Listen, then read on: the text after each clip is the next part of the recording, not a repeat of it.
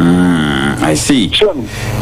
Normal be one. I say a dear near a nice from. Normal be one. I was now, no. Like I was I keep it back from more. Today, my dear, I was say, yeah, young for the Congress of TI commander or go so. Ash FM 101.1. Ash FM 101.1. Imperialism may come to us yet in a different guise, not necessarily from Europe.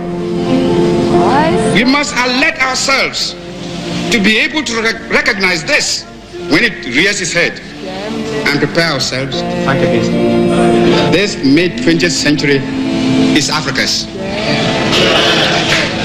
This decade is the decade of African independence. Forward then to independence. To independence now. Tomorrow, the United States of Africa. Let us also forget that colonialism and imperialism may come to us yet in a different guise, not necessarily from Europe. We must alert ourselves to be able to recognize this when it rears its head and prepare ourselves to fight against it. This mid-20th century is Africa's. This decade is the decade of African independence. Forward then to independence. To independence now. Tomorrow, the United States of Africa. Let us also forget that colonialism and imperialism may come to us yet in a different guise, not necessarily from Europe. We must alert ourselves to be able to recognize this when it rears its head and prepare ourselves. 101.1. This mid-20th century is Africa's. This decade is the decade of African independence. Forward then to independence. To independence now. Tomorrow, the United States of Africa. Okay, and that tomorrow that was said by Kwame Nkrumah is today. So tomorrow now Kwame Nkrumah can't say no. Sometimes, yeah, na mitieti. Osaje for Dr. Kwame Nkrumah and Sembi mo kekan say ya. Ene near maybe me who say ebi wo hwa, yes, it was more or less a prophecy. Ebi so hwa just to say something, to represent something, I'm telling you. Not just from him, but a free black hoba. And some baby or higher kekaya, I'm say a cancer keke, say yen can be keke, what I say. And one of San and Seven be the famous one to say black man is capable of managing his own affairs, you know. And some track keke, yeah, no, trash keke. If you're only going to believe, say, black man is capable of managing his own affairs, as I said, just mere saying doesn't make it happen. What you say? Black man can never be capable of managing his or her own affairs unless. So, Senka, Osaje for Dr. Kwame Nkrumah, unless, except any man condition you be can hold there, and I will agree with him on certain things, but not just saying it because.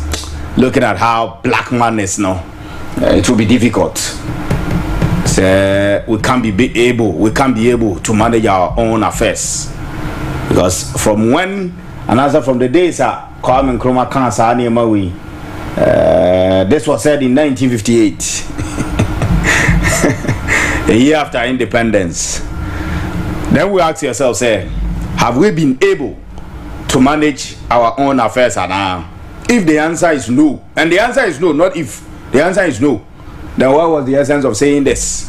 Just for saying sake? Or there was something that we should have done for this speech to be fulfilled? Then we should go back to the drawing board and see how best are you between put two things together So there are some speeches to say if you come and Kroma Honey bit for failure, just a casa keke. Good morning and welcome to the show, Monday edition of National Agenda. I was 7:30, Papa. Me did Kwejo Amankwa Foxzy. And Ope Mini Usuni, Yamum Puni Ninkomo. What I say? Na intimate some Ghana, na Ghana, I'm fan to my penfra. Bademba, Kambum, na Yamua Ghana. Sanse ija Ghana edema sebi kasafo a ombe se Ghana and obi betumi aye obi asabi woni nyansa but obi tuma shape na tia no e the Bible kra kama eti ase se ntenso aba se da ho akwada nhwe ma akwada nsei and akwada no was not referring to a child.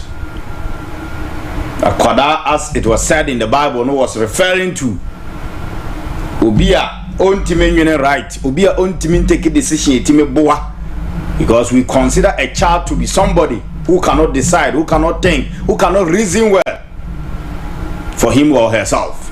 And he said, you classify as a kwada, not by age, but how you do your things, how you reason, how you talk.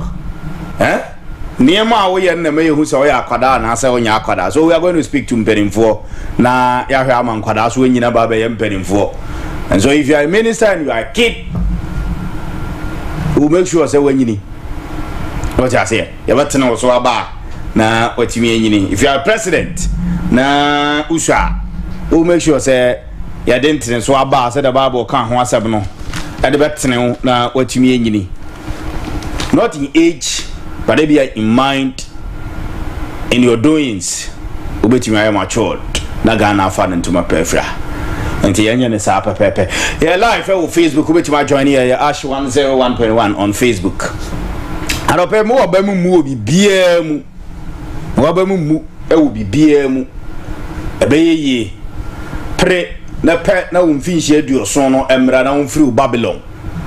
The only one of pay a Babylon and Yankopon can was some sort of Babylon Quasumu, Fisher Diosono, Edmuna on Namono. 2 day Juma Sem, Odia our SM, Obidia war. Usuano pay, say Senkawawo, na Aquada and Air Crow and them Dacro Crana Cran, and Ukran one cope. It will be Babylon, no. Obisi senka onye adwuma kra na etua ne ka 100 cedi kra so asori adware anopa so de ompie mfirifie na onkoye adwuma kra no ankope eno ye ne Babylon wo mu no na ho kire bire mu no o ti ase obia woni ha ne na mane a onamu anope but emawabamu mu it's just a matter of time. It was specified say after 70 years ebabi you free Babylon kwasum mu ne de wakwa akogina Bosha Sassia Ashadi Amon, so Bompa and a pre, said the moment a Debbie Beba, a Juma Opa in Sabekan, it means your 70 years is over, you are out of Babylon. And now Betis Aquadai and Ye, Ewo Demono, it means na Ubunini ye na we yeno. A better year, your 70 years in Babylon has come to an end. And when you're far who dear.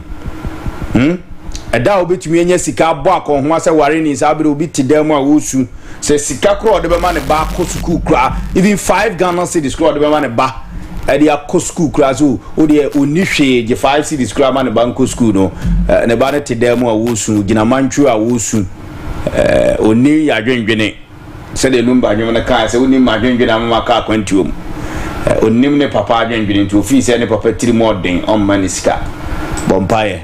Nah, your 70 years you come to an end so that you leave Babylon.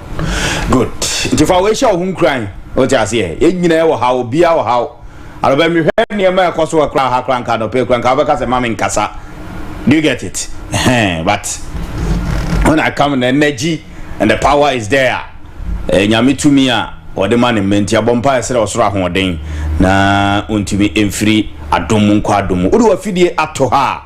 Ya share home crying atutu ya honfo awie no yam fan share trim say ebeye ye shall be well e mrekeke ebeye ye why ensu bebrebe ye bi no afa amane a na chance mu but ebra wo twen ye ni gidia onya ni anamo tu ye no niema ye ene na asai e chene be ye just a matter of time fashion team na konkoden entra fa konfa unsan show them from pre etoda ultimi gasa ma pribia akoyense hunu na oto work kan unim pre chembe ma pribia yes keep on pre o just keep on na pre be ye o just say quantenten o start na utuka na wo kwa so when nyai wa America tu na wo asleti a the more wo asleti no the more kwan no na wo twede ba akiri na wo momu no wo kɔ wani mti won say wo nam kwan ho na wo kɔ na say ewuru e wo kwan ho no na etwe sign na chi saa na etwe sign na chi it means say wo twede wo wani mu no e ba wachi na wo pre e de kɔ wani. That is how life is pre kɔ wani na twe de da wani ma enye papa no tu won say wo nam kwan no wo kɔ ni nyina ewura no ene ne nuenue wo kwan no de mo aka ne speed mo no say wo hwe nkyɛnkyɛn a wo nso obaka say nua no ne ewura na wo kwan no di America ana say sign na chiba di America sign na chiba sa na ya enso sign na chiba ba bi esi ni hwa na si wa manne no no ti opre kɔ wani mu a amane na wo wani mu na ba twede aba wachi so that you move forward na enkunimde abade ma ya by this time na ebia de me kan wetie de aye adwuma na ne ma atumi ayeye ade aba aropai komo ne yebehwe apomde ho nsem wo ha ebedi ho nkomo konfaro chaban ya sabia nsem a esisie no yebeka ho asem na yedi nkomo ho se minority in parliament minority caucus no so the statement about so abeki kan sem bebre wom aropai no so ebedi ho nkomo ewa ha na yahwe sabre nsu a etotototo yi ya say okoto se oyonko abodwe se jadamu a na wapensu de udi enum ese nkran ensuo muna na wormatemu daba so kuma say what are we also doing plans ben and assemblies ahodo wormudi gu akwam so that if we win aso ama also anu edan asan buagu wankran eni pewu the minister say adankra binum be say adan ahodo be say dunum 50 plus binum wo ha as I see buni nyina agu san say iron rods ne niema ye de esi adan no materials e esi adan no enye standard e ka ho bi na amadan abu no nra close to area Malcolm disaster see no the same area of industrial area aveno ne important dan asan buagu. We don't learn from the past. Ghanaians and black man, we don't learn from the past, but we always want to be in the present. How possible? And as I quickly I'll run you through stories and make headlines. So daily is anyone of paying na me koba na fe nkobona chase di susa bejo foba betna se na Monday Kings Bench Company Limited for so beba na me Kings Bench for lawyer nsuji abo be di nkomo Kings Bench betumi aboa wo man ye wo ha no obeju afri me lawyer ba be di nkomo na ya hwede and Kings Bench Company Limited for enso ewo edemayen yeah, I say we are serious and we are doing serious business. Okay, and the production team they are solid. Johnson video at the end for internet and also Facebook and then YouTube. Facebook near Ash 101.1 and also on YouTube no so Ash TV. Facebook here Ash 101.1. YouTube Ash TV official. But when it's over koho na ore wadwenche area to ebenya daje na fe ya kenkan wadwenche ni nyina area ma. Good morning. Efidie ne da ha ohema pukuya sofuma me ohema pukuya. A very good morning to you. Anope bi say we fidie no is locked here. Anope okanya ho na edi enko no Ajia Aisha Banda. Ajia anope good morning. Me say onso we fidie na lock wa ha. Anope onso utie enkomo no ebi. Okay, let's see. Stories no kakra ewo the dailies in enim na afi me metin simna yenin common gidi just confano chaban ya sabia nsem no esi etimi esi apomde hu nsem ye nsem a yemfendi agro krom ha no bana we want to do politics, capitalize on the situation and then make political capital on data. Some of us yes so Nti yeba be din komoni papa na aban dia se ye de man ye de be man no pay individuals dia se ye de mo beje doctors so mo de wo mu bi wo so mo beje wo nyi mo asom na wo so mo ntie na wo so mo chefa wo mu ekro ni nyina na ya kan bo ma ya chechire. If you do the right thing e babo abaso na ya kase wo ye adwuma same way vice versa. Ti sanity. Okay, let me start from Daily Dispatch this morning. I see GJ alarmed at threat to press freedom. Honest media icon during Freedom Night. This is the front page of the Searchlight newspaper. 2 confirmed dead in fatal building collapse in Accra North Industrial Area. Several trapped as rescue mission continues. NIA begins mobile registration for children in Volta and Oti region. Daily Searchlight. The Informer. Ghana's democracy in danger. Expert confirm Mohammed's fear. Silent killer on our pilot who sees unsafe food claims 1.5 million lives every year. Passage LGBTQ plus Christian Council demand copy. 25.3 million Ghana City Ministry NPP Grace Finance Ministry over missing agric cash. Imani NPP will postpone ID check, but the government says the move is to protect children. Stop sexist attack. Women's group. Confederation Teaching Hospital doctors declare indefinite strike over CEO's suspension. The Informer newspaper this morning. Okay. Let me move on to Daily Analyst. GJ Honest champions of freedom press. Be international about African value. Government activates surveillance isolation system to counter Ebola threat. Accra Psychiatric Hospital get major facelift through KGL Foundation. This is also on the front page of the Daily Analyst. The publisher, Atoforsi crowned overall best minister. Osahini raises press freedom concern. Confederation Teaching Hospital CEO made a scapegoat, says the minority. That's a question they are asking. Ama Bua wins best performing minister. GJ calls for stronger media protection. Anti-LGBTQ plus bill amended to protect promoters. Reverend Intim Fojo. The new crusading guide. Cocoa farmers woes reach Bawumia as minority present report. Coca's experience remain vital to NPP's fortunes in Ashanti region. Former Bekwai NP. NPA boss Eduji Tamaklo honored at Ghana CEO Summit. Okay, you move on. The Daily Guide. Gina Blay, Kwabena Yabua, others get GJ honors. New anti-gay bill to protect LGBTQ promoters. Reverend Intim Fojo. CRI, Child Right International back ID check for porn site. Atoforsi named best performing minister. 2 dead, several injured in Aveno building collapse. The Chronicle. Government target 30 million trees after exceeding 2025 goal. Atu leads Mohammed's ministerial rankings, says big event Ghana. Okay. The publisher. Oh wow, this woman is John Mohammed's best regional minister. And I see the photograph of the Greater Accra Regional Minister Linda Okolo. Confederation Teaching Hospital crisis deepens further. Dr. Nurses strike over CEO's suspension. Minority blast government decision. Bawumia promises cocoa price relief.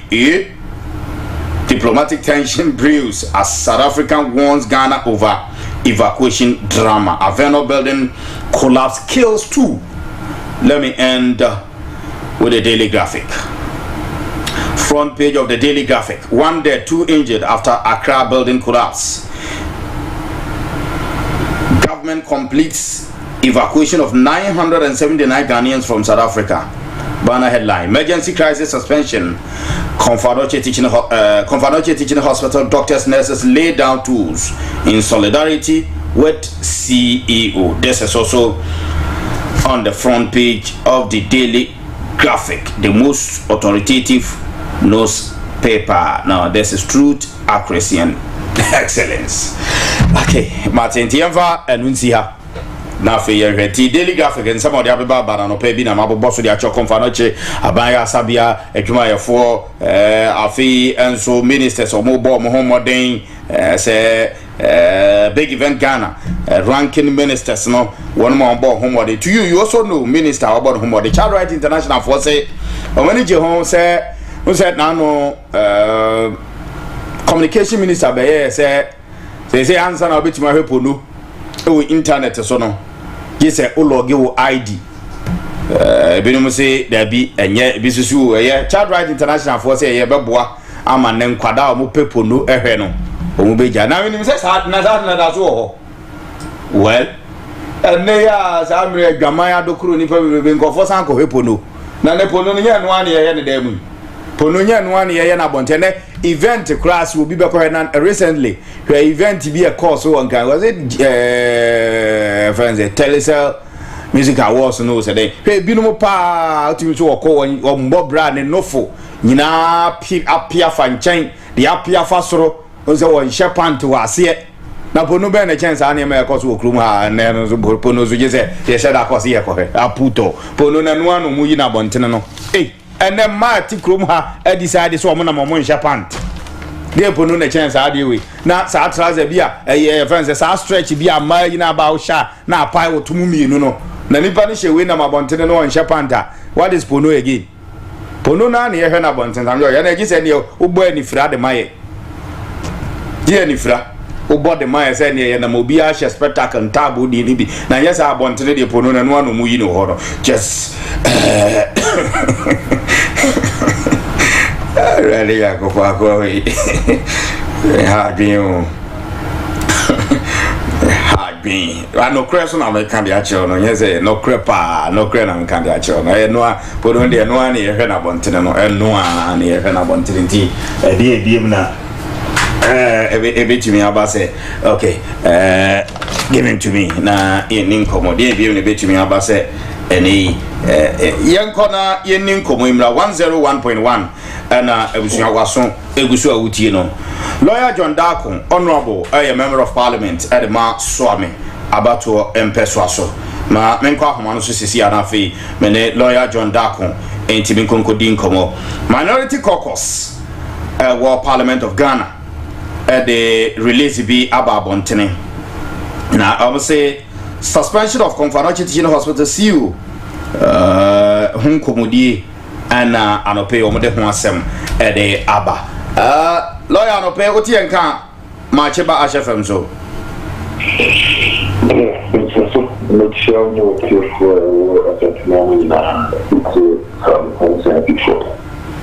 okay me yiri sa anope bibia e boko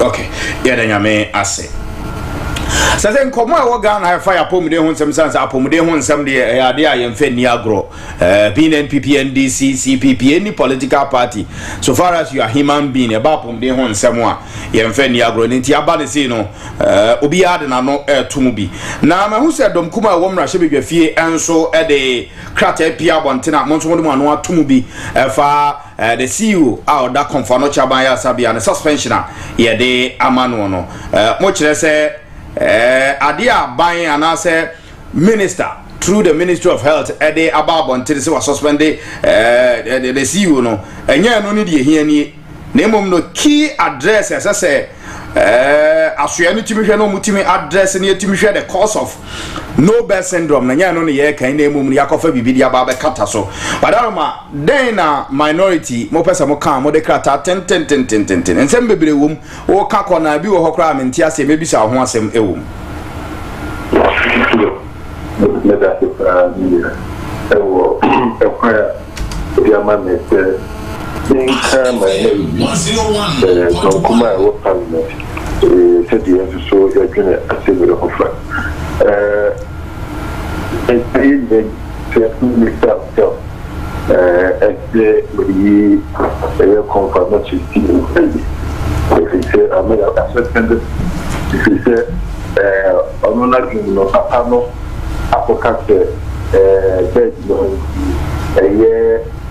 confirmatory emergency no although the other tomorrow might be pack and the cry woman and say confirmatory hospital can see any award in 1 term was anti-man quite yeah every about the hospitals are not hospital and some that case be good the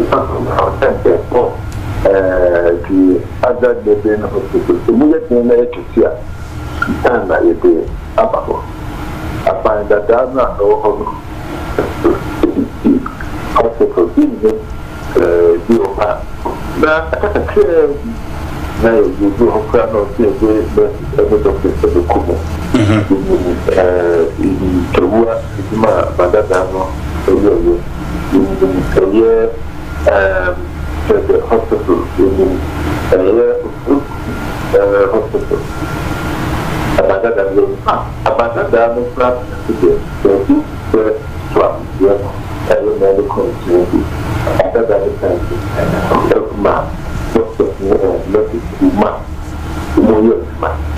yeah, most of these hospitals not every exam. After that, I make my man. I can say be a Caribbean and beautiful by in Como, so I. Okay. Move to a month to have some of the table. From not share with the hospital, they are very hospital, 13 that. The Ubitia, the no example. So the other hospital, now they make that easy to yes, now your man not a yes. Your man not a yes. The doctor, no one has been financial. And yet, the emergency service out of the man. I said, people. And you know, for your folks, I find say, the you know, look to the Russian standard. You know, the doctor, hospital, the say, and other confirmation. Now, Ushima, for my issue that you visit. I say, yes, the doctor may want you. Yes, strike campus Pioneer, in the entire different was removed. The never book to the SU. So, a banner in India. So no, would be a year from someone in the at the end, you know. Yeah, you may have known them as a way of condition for hospital. I will move on from again. Muna over to you. Imagine, say, my minimal hospital, I'm going to doctor a post strike. At the end, you know, doctor a post strike. I say, I fire also with it, information to you about the standard. Not what we will go from. If I couldn't pay, who did the back after the immediate. I beg to make year, and last year of duty to make information to you. And yet, to be a child, making up a comment about my brother, the decision to also stand on. You will be no one who pay. Who you have no mountain committee. The war yesterday, my years, and it's a doctor for a confirmation doctor application. So that's a near find this one at Uncle now only in my minimum work confirmation or you move for woman. Resume you more. My the doctor in the right. Okay. And she said, you can get that with the first year. Apparently, cutting is the lecture. And you can not a baby from her. They are no nearby waiting. Now, nobody can crochet and only a for the show. Okay. I was 101.1 lawyer John Darko MP for Swamina Edin Common. Honorable, and someone more can one crater Munu Baby said a be and I watch us your boss say situation was is here and say a bino as well making sure say best now yeah can was say Bini was a wire money at the end as and could to me provided dance or because say be a easy ready. But the young can say said okay say hospital is you confirm not yourself so many regions. But over the years can we say aban mo ba mo nhada mfo mani nko ho bebiri ana you said na bed ya ye ken say bed ni ho a enya ne nko na bed ni ho bed sha say ni ho no a che is it the case mo mfo mani nko ho as aban ahodo amabako ana I mean the truth is aban bi abomoden aban bi so ba okay one of the biggest intervention and confirmation you were one of the Kunku council and that was the biggest investment in the group. For everything. And that emergency, we had a party now, after the cottage now, okay. There was huge investment, and you know, you were in fact, one of the business here, these hospitals, by eliminating the check for the share services, the confirmation needed to be worked on. Near your my head standard is so confidence. So, these other hospitals work around one, where one, what they about, and now the company. The car. The vision that they get my car. You are the symbol at 101. Now, I come. And so, the minister authority of the miracle from now, Amanda Dana made the military people. The main focus was to finish these other hospitals war a thing confirmation. Not the only call the senior quite confirmation. I mean, confirmation as a test method it's one of the biggest hospitals you have to get to touch. And never Queen, okay, I admit it. I will be at the Caribbean idea, which is what I think I did. Queen out there. By the point is that I may appear as a special position. Again, when they did no best in the baby. Okay, I see unfortunately. And you know that them confirmation because it's still of course it's there, you know, no best syndrome to father. But sometimes we are so young now. How is you are not easy. So you need to go to the root cause. I mean, to say, oh, Minister for Health, I will confirm it to someone. Who do you say? The PA is arguing about to compare it so the more I'm a pressure number for man. How do you tell doctor I did not make it decision there? If you have an approach, it means the person of conflict. Yeah. Between doctor and minister. Why not take conflict? Because minister, who will give me the become my number who to me? If hospitals are a very confirmation. You can operationalize because of that, you will really be able to. You operationalize it. You have to let it in the person for create more. You will give the pressure of confirmation. When there's that pressure comes up and say, if the pressure will have this millimeter, you say, what will millimeter? Now, it's not a yet. In fact, my understanding is that confirmation or whatever the state is going to be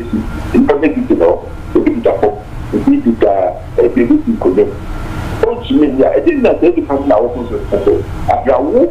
when the amount applied to me, amount of the character. So, not all these other maybe hospitals, maybe situation 1 year. Which is also to you. For some of us, it's just the idea that also any subsequent declaration of strike, you know, there's no higher power there. So strike is back, that's the people who pay. And that's what the police will talk about. So, whilst we're looking for that solution, conscious in our number and Omunko for Kuwait, now you go to okay. Lawyer, and seven more kind of movie say the Obobo Social Hospitals are holding to be and they know Senka Bank to be shared now Ubiano. Oba Momokrata item number 4. Or see, indeed, the previous administration significantly investment were made to expand tertiary and referral healthcare capacity. Notably, the 500-bed Afari Hospital was operationalized and began receiving patients, while the 250-bed Ashanti Regional Hospital at Sewua was subsequently completed and positioned to support healthcare delivery in the Ashanti region. Obi bisa say Afari Hospital under watch. Who say Juma, even though in the statement, or just say Shasia Juma dear. But Bisa say, Emna Shibja for more Emna Shibja fee, Ebeka 103 regime at the corner. I dare say Bisa more Bisa minister as to the reason why Bessie and net these hospitals, Yen Miano, Nanu Yeben or the Amamo. So far, these questions I feel Biano, in the process. So, 90% of that 5 million beds for future were affected. A year, refuse to create a future bank. Every year, never be not a shot here, about a shot here. But it wasn't at the killer, the fact to be able to make it hospital, in the hand of right. In fact, so me contact with say and people a commission. Maybe beer or every commission beer. We are a different chance to call. In fact, I remember because the only question. So after the thing 2024, now the doctor is about to go. So I'm not very good. It took us about 5-6 months, and Sana was at the other official airport. Okay. I can say the same for everything has been done. Some doctors have been assigned it. But to make the thing operational like that, that's what is delayed, because in the case of Trump, it took us about 5-6 months, even though as far back as the state about 2024, many doctors knew the every year to show. Okay. That was the thing that it took us a long time for us to start the travel freedom. Not only we pick up here and some of the workers of the past. And it me as an MP, me and I said, if you won't come. So I'm a hospital that I make for you because I find we can make ourselves to clean it. And then we laundry. Okay. Emma also to know because the chance is different corner. Imagine we see idea of the future advancement. And an MP, we are going to show a car for 20 years. Hospital as a original even that from time to time the corporate opportunity. I said the thing everything has been done. But that kind of health service, I didn't have people go will be there in what affect the bottom line. Also, before we go. If you want to die, wait to be over. But this is paper cover.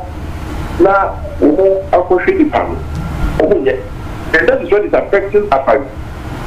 And so I believe that if the government is really committed to helping the region, because you have one region, the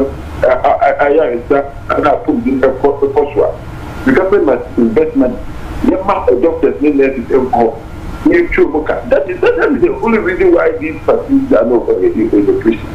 Because in my case, that's what happened.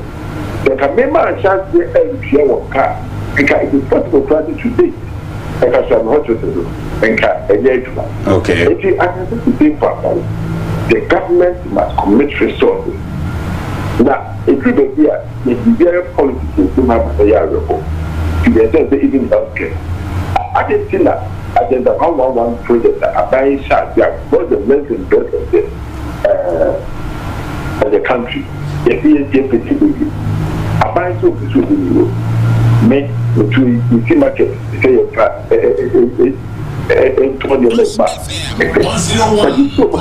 how do you tell me that it makes prudent policy so basically market 276 a year district now our hospitals that really incomplete all these districts they are market for how we are mother they can say who did the capital share these projects, hospital projects? Now, I think I was near for Jaya. That for me, that is very key. And so I keep believing themselves. My sister, almost is super Swamia, in teaching compound. Swamia, you have to compound. Okay. Swamia, who are hospital. I hospital, and also the name of cook. You may be hospital, and the other hospital, we control fridges, air conditioners, go hospital, I buy your first with the compound. It looks like our priorities are misplaced. I can let them and traveling. Who help my media with a tip compound. You know, the issue is always that doctors who are there. It takes time for doctors to come.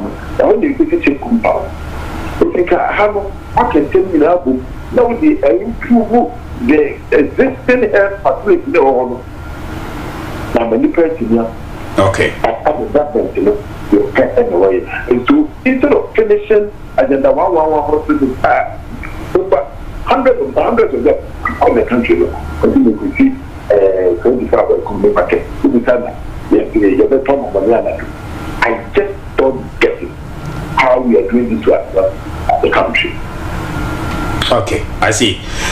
Honorable no pay yate yada say me sure someone money be dey chiri said the bear and the right thing no e betumi aye because said ya pom de hon 7 year keka cause nyame amfafie na ya de kase bi ba said the covid and I say ebola no ne ade bi ba wan hwa e nyina bedwane okrum ha.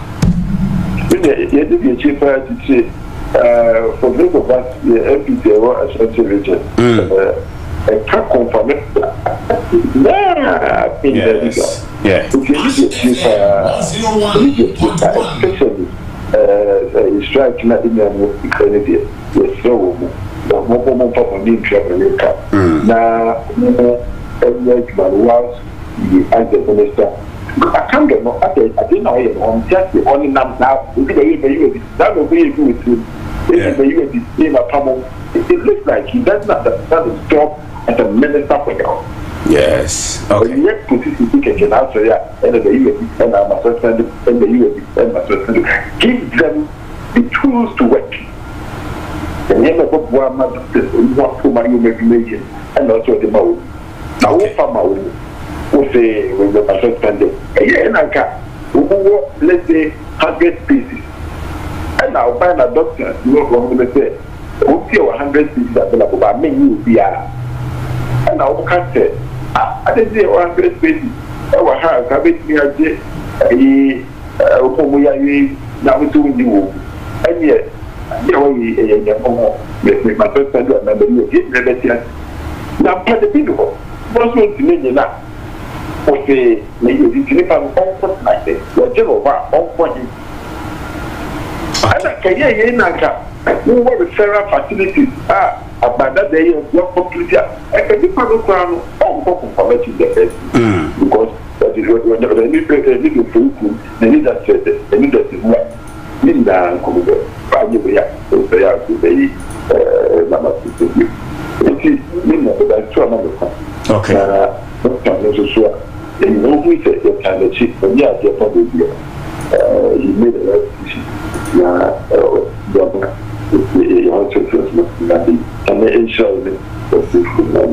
All right. Honorable Yadasa Papa no pay. Okay. Honorable Lawyer John Darko, I am Rashimigani Mo Manfua. I was swami. Only and no aquacudin como ewa humano sono. Lawyer John Darko.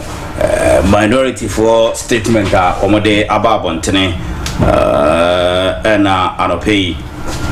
Yeah, it was signed by Dr. Nana AU Free NP, ranking on the Health Committee of Parliament. And someone with the Abba Bonema who was to be one. See the decision by the government to suspend Chief Executive Officer of Confanochi Teaching Hospital over the recent challenges associated with bed capacity and patient congestion is unfortunate, rationary, and failed to address the underlying structure failures confronting Ghana's health sector. Whilst every preventable loss of life is regrettable and must be thoroughly investigated, assigning blame solely to the hospital chief executive officer ignores the broader systematic deficiencies that successive governments have acknowledged for years. 3.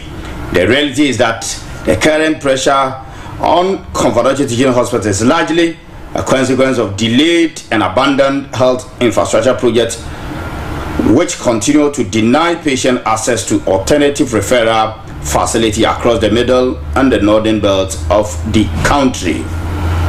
4. Indeed, the previous administration significant investment were made to expand tertiary and referral healthcare capacity. Notably, a 500-bed Afari military hospital was operationalized and began receiving patients. Sa ahono na menti ase papa ne say ekrum ha yete no sa Afari military hospital e sha ase ana ye adwuma ana brofo no na menhye dante ase ye papa operationalized and began to receive ye krum ha maza empa grow ye ni abrew krum ha na enya Afari sam ne the board regional minister board no so bo even recently that he came here even spoke about it say ade ba kwa the board no so bo at least nka oma emi baby current mean start kakra but I know I'm not sure say Afari military hospital ebi ana minim the fact that I don't know doesn't mean say that is the truth, but you must also tell us the truth. Say e bo mo so echi pa say Afari military hospital at least mumie na nka ne fa kakra bi kra OPD kra ncha se nya adwuma be si ne anya adwuma e na aban we so ba be si na ono so nya bibia mfamfa. So it's a challenging year e nyina e confront here habra Facebook live na ye nin komo ba fa comment to now your situation e wom CCA e fa apomde ho nsem no etesen you see mama address ne ma kakra corona yetim no ho mama kan nyansasem na anyansafo ntie na yemfanye adwuma na ma o my Ghana mfa no ntoma pamfra but channel so 101.1 ena wutie Ash FM ya kaise udu sika bakwa kuja otu asekan rural bank na otu asekan timesisi usika sem ama usika sem na timi egina yie papa ede ama wo account bi a peso bia no ya fo ani kire otu asekan rural bank bank we dey yete won so a na ya sorry otu asekan rural bank yenya mudeni a otu asekan mugira mo na so current account, fixed deposit account, susu account, minor savings account, and I say account to bank. You can't minor and I say infant savings account, and you see we towards for banner future. Now, poor. You win in a loan packages and so was 3 year papa. We government worker now here loan, and my government loan. We are Bosumi Juma now here loan, and my salary loan. We trust Susu, a now here loan, and my Susu loan. Loans to no Dawson. I feel my funeral loan, business loan, micro and I say group loans. You're canning in a boom, and so maybe Nipa me and second and him come home boma. Garanta SMBA and Momaji loan, and Fantre Mojumum. Western Union money transfer, Eastwich iTrans. I feel RCB mobile banking services, mobile money transfer to say Ghana PMTN Mumu. Yening in Edo. Yeah, over Sanso to transfer money to all bank accounts ye ni nyina ewo yasue otu second head office wo Kofia se mampon bi wo ho adwura sepebu kroma bofo macro nkinka su swame na afi Dr. Mensa ho nyina no be hunu otu second rural bank 0504842957 050284 tie na me kan SMBCC ase yempanimfo a ewo yememu ha no ase yadwene kwa yechi yes omo ede leadership positions a show on side to me a show on sano ase yadwene kwa yechi Ghana ha no ya ho se pipe wa pipe wa ha na ye jai ba bi a pipe na pipe na emum ne ye kona anafo ho ba bi a etene kono ye kosi nsuo no ho. That is our problem. Say nsuo apai wa inse say ubetua nsuo no ba bi ade na pai no de ade be sia no ho say de be ye be pai no o de ade na kwa akoshe pipe no to say etene na be duru ne to ho a na wasi no na e ba na nuru ne to na afefa mfimfini pia na o ye ndai. That is your problem e wa no ade no inse say e be si no ano no ya mfa yina nsha no ne de akoshe to so eden a de entwa se nsuo de eden e betena bato nti enuru se ntene mato no ne ya twoko no ho akotwoko no to car ti free we animu akotwoko no wa gire and there problem because enkantisa ye hospitals ahodo a ye wo krum ha no ye nim se population do e grow. It is a first now will be a 200 bed capacity hospital. Now said you continue to rely on the same 200 bed capacity hospital. You are a fool. I'm telling you. That's a 1 minute. Why didn't you juma? Say me da single room ma wo me ma 5. Now my sister la single room no na me da ma didn't you juma? Me yare. It's only fool who would think that way. Say me a minimum say sese de men kwana na mete na me da single room mu sese ma ware ma wo mame ma wo baako me sese single room na mu na me da ma wo mienu me da so e da single room ma wo 3 me da single room 4 me da single room 5 me da single room na nwumre du na me pekikiri krai na mantimi anya am I not a fool ejimi enti hospitals are yesisi ho no. Look at the bed capacity you see ye bra ye see hospital no ni ehwe bra ye wom sesi na ye continue to rely on the same yi na ye say ye nya challenge there then we are fools. Sorry to say as me hu de person ye kire e the hospital no say ne ye ka say ye nya best e dia fail world ho nyina akra still we may have a challenge because enne nipa abagana ha and the way our population na grow. And it's the way I say and some phone calls to Krumano, a pressing bed off so accident and emergency unit to center hono. Send for best to do say ya. As a simple 40 minute that who says say no, and that Prague had also it is here bam. Aren't we aware? Is it not the same government that they Okada by I said ne o legalize Okada? I'm Okada here, you Okada so accident or more cost to Kruma. Yeni motor accident a air cost wo krom ha de bia MTD di fobu akonta de kire ma yehu se enne road accident a cost wo krom ha mudodo na no moto edi obi a wo akofa moto di aba krom ha dodo na moto so cost accident dodo now say the hospital me accident center me mamu are you serious as o man eti population ni grow ni pe economy is a see betumi aba ade enu ya mam e na de wo na ketwa de bia twotwobo saa te se zongo dan ye see hospital se zongo dan twotwobo saa ni yehemu de bia saa yehemu din saa. Is that the right thing to do as Ghanaians? Is that the right thing to do as president or government? Eti honorable Minta Kando o de se makasa wo no nyese bia uninim de o adwuma na ankasa na bia untimi nye. I know the fact. A Jumanam said, bro, so. Serafis obey health minister. You see, there are some sectors, as I said, unya professionals, to me, and manage system, no. But it is not always an ABA, any part of the Kobe, I say, or your doctor, and I say ABA, or Yapum, di Juma, and Sana, to me, manage. But you see, the busy or her, and your Juma, and your Juma. Because I never bro so I never bro so. Because health minister, my culture say, oh buy opposition no, Pimpinis out to train you Krumha.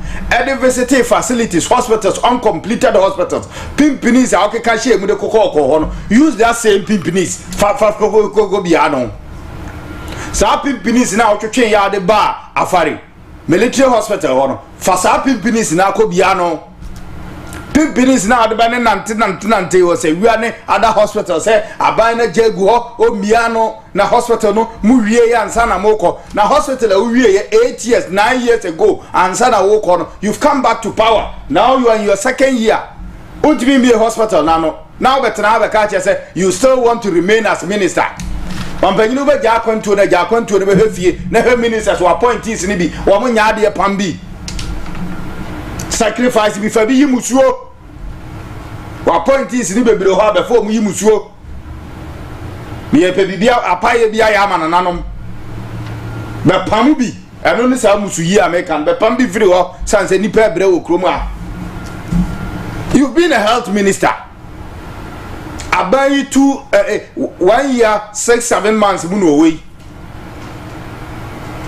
wa wo mfa adwumayefo wa wo nsi hospital wa wo mie hospital it is say no in your capacity as health minister what are you doing there Honorable Minta Kando come and tell us in your capacity as health minister no you are not employing nurses omuofie hospitals you are not building they already built ones so you are not commissioning so what are you doing health minister what are you doing Would have a catcher one case come and justify. Yeah, na accountability yina ya mo ye de kire. Then na wo catch there say ana wo achievement a obetumi catch and say you went to Tamale Teaching Hospital and akopa mu CEO and akopa mu doctor say wa ma ho ye fi rubber de ye hohoro yensa ye jonso wo kuru abam aye say ana say ne wo say confirm no chi CEO we yina di ana wa suspended eti we yina ye achievement ana Asembe kureni health minister asembe ni obi atu wedurana ana obi yew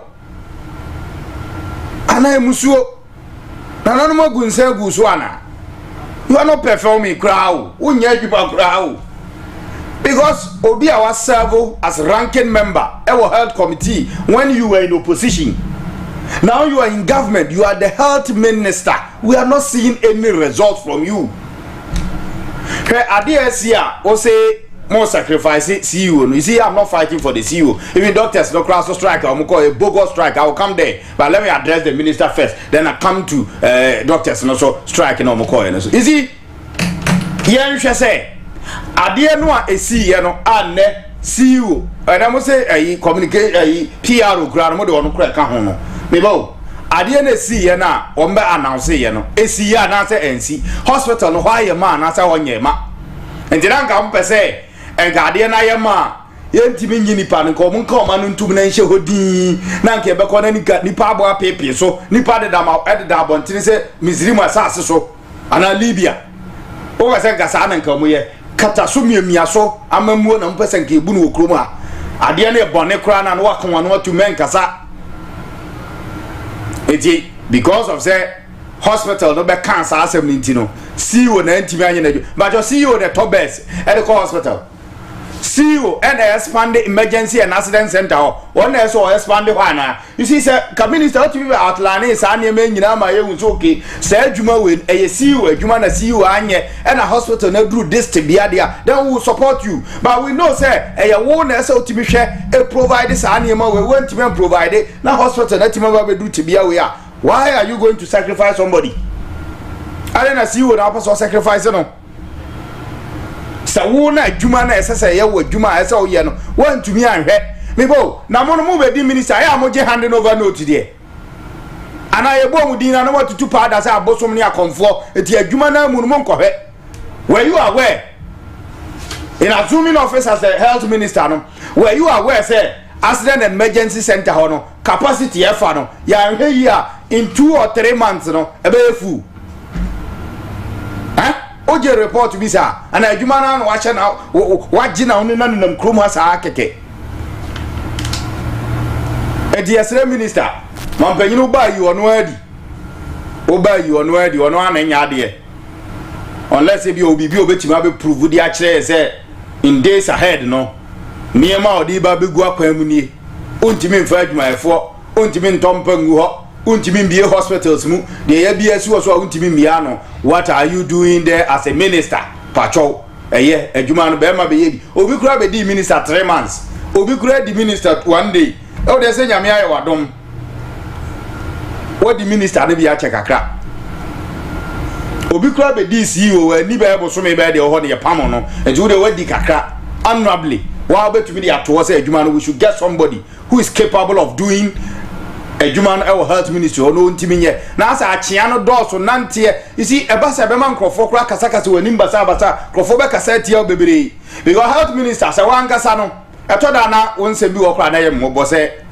you know I dislike say ya mo bi position as a wumfa buo emfa man it is not the best whether you akwada or you penyina na so you did or you say no so the respect na the man but it has gotten to a point to say because people see you say you cannot perform so the respect that they should give it to you no farmer because yes sir I am telling you if say a minister bia I am not sure say ka confirm not teaching hospital doctors letter no mutro ba abontere so omo cost strike and come metro because it doesn't make sense to me. Strike and it doesn't make sense to me. But because they've realized hey minister no you are not doing well and to be hard when in between from resign honorably. One kasa betima resign because onya de adwuma no wuntimi nya bia honya failed. Then I last Paul Kwabnayando be can has a bayanka school feeding coordinator nanka the amount o mamu ni nyina because a rice farmer kese pa wani jikuya yon ene nsam yes wa ko school ko akiri but e be a school feeding nanka o coordinator then you supply them with a mono ne sa na mani bi da tumi aboa because health ho ne de ya pomude ho nsam yemfa ni agro tiesre moving forward and so mampanyini oh yeah appointment and yes 15 yeah now so why appointment because this person was a ranking member in parliament on health committees definitely he can be a health minister.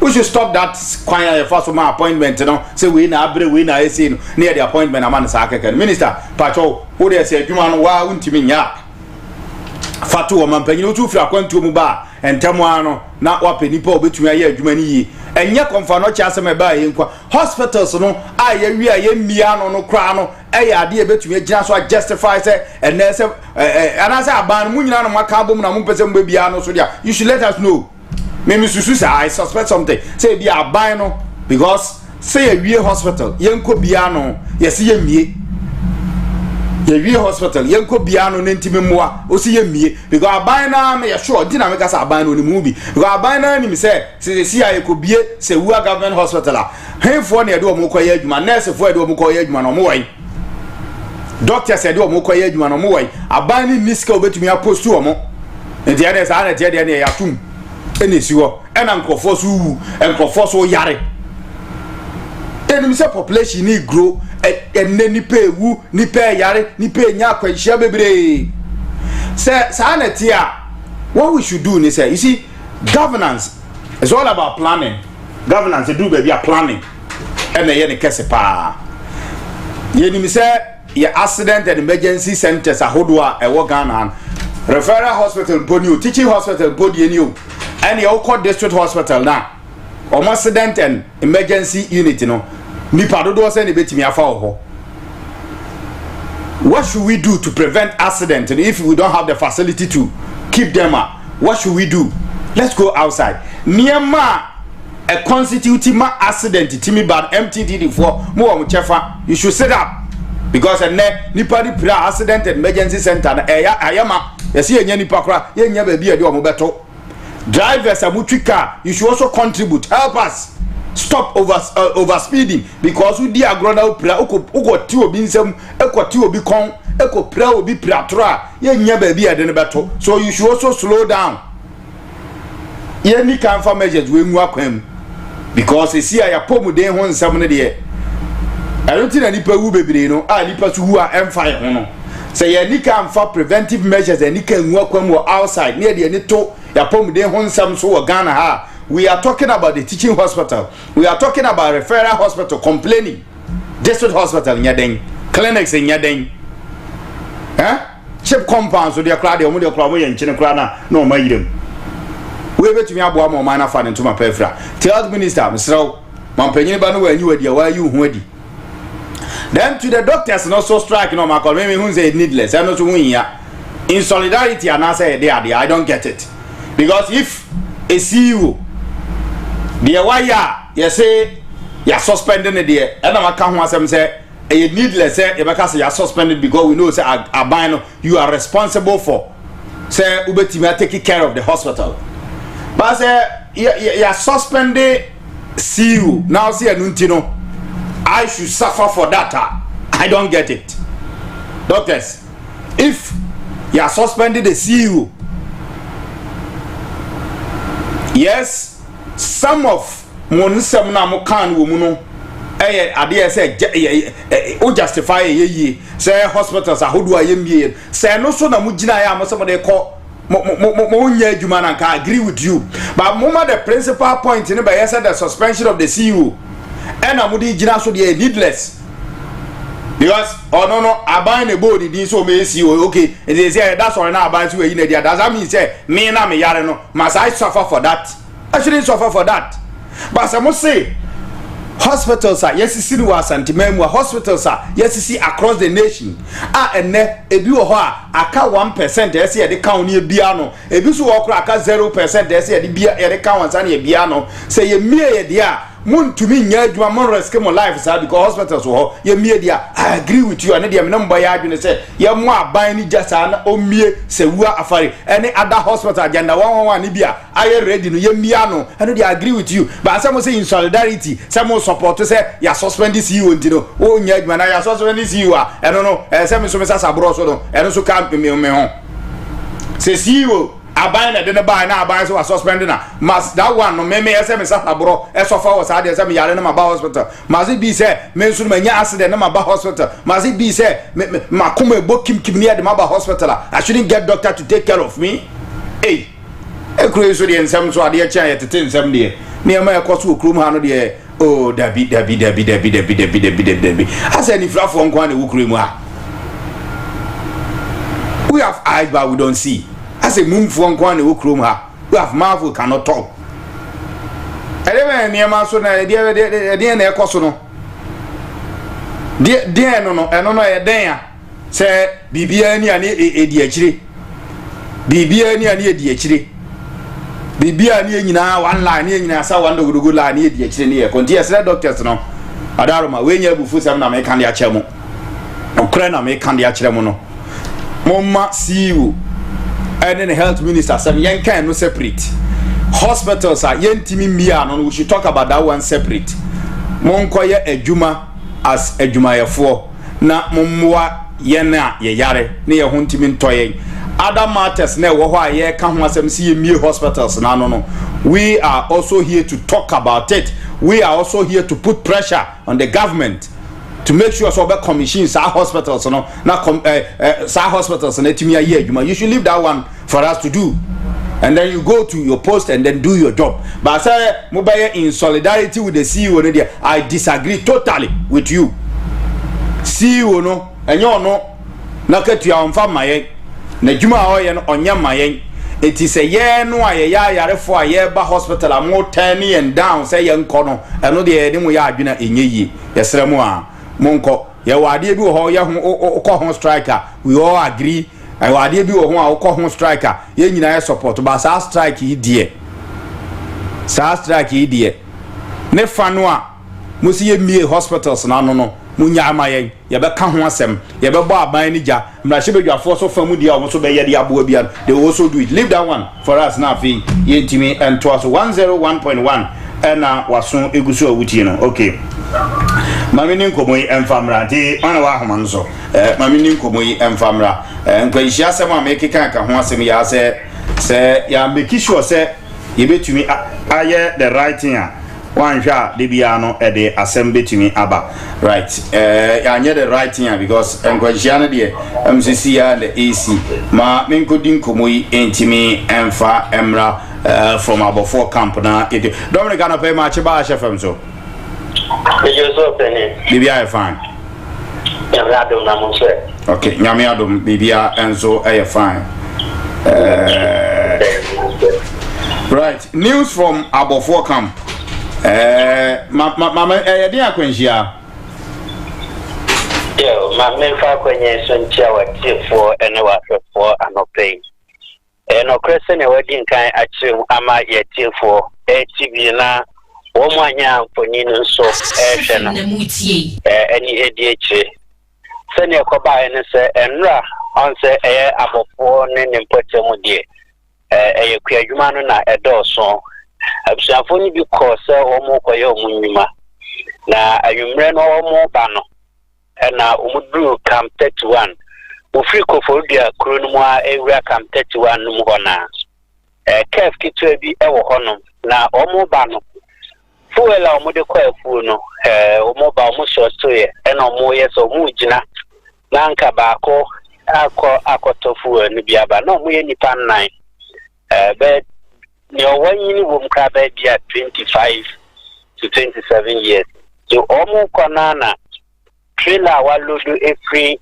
yankan besen dia kotichiman American thinking no we lose control na we de kobo wo mu ewo gata na no ebo mu no wo mu inside ni de eto wo mu twene tra gata no na ba kwa na ewo mu nso no ebo no to gata no mu ensu bi eta ho ebo no tu wie na ka ni die kire ebe fa no so a bra ye kodu ho no de na chese ye nua na ato na nan mo ntie do sabre no tibre ena yebre etimi yi ni pie na miensa na aka ne de ba kon so efri ni sisi ko ne na ho de eno so ebubu ye bet na oda so tinkwamu a ye bompa ye anopa afi na meboa me ho akọ no makọ akọhwe wo hospital ho no na mienu so a ekaye no na omo plan mu odeni a ye de omo kogu se capital hospital ye kese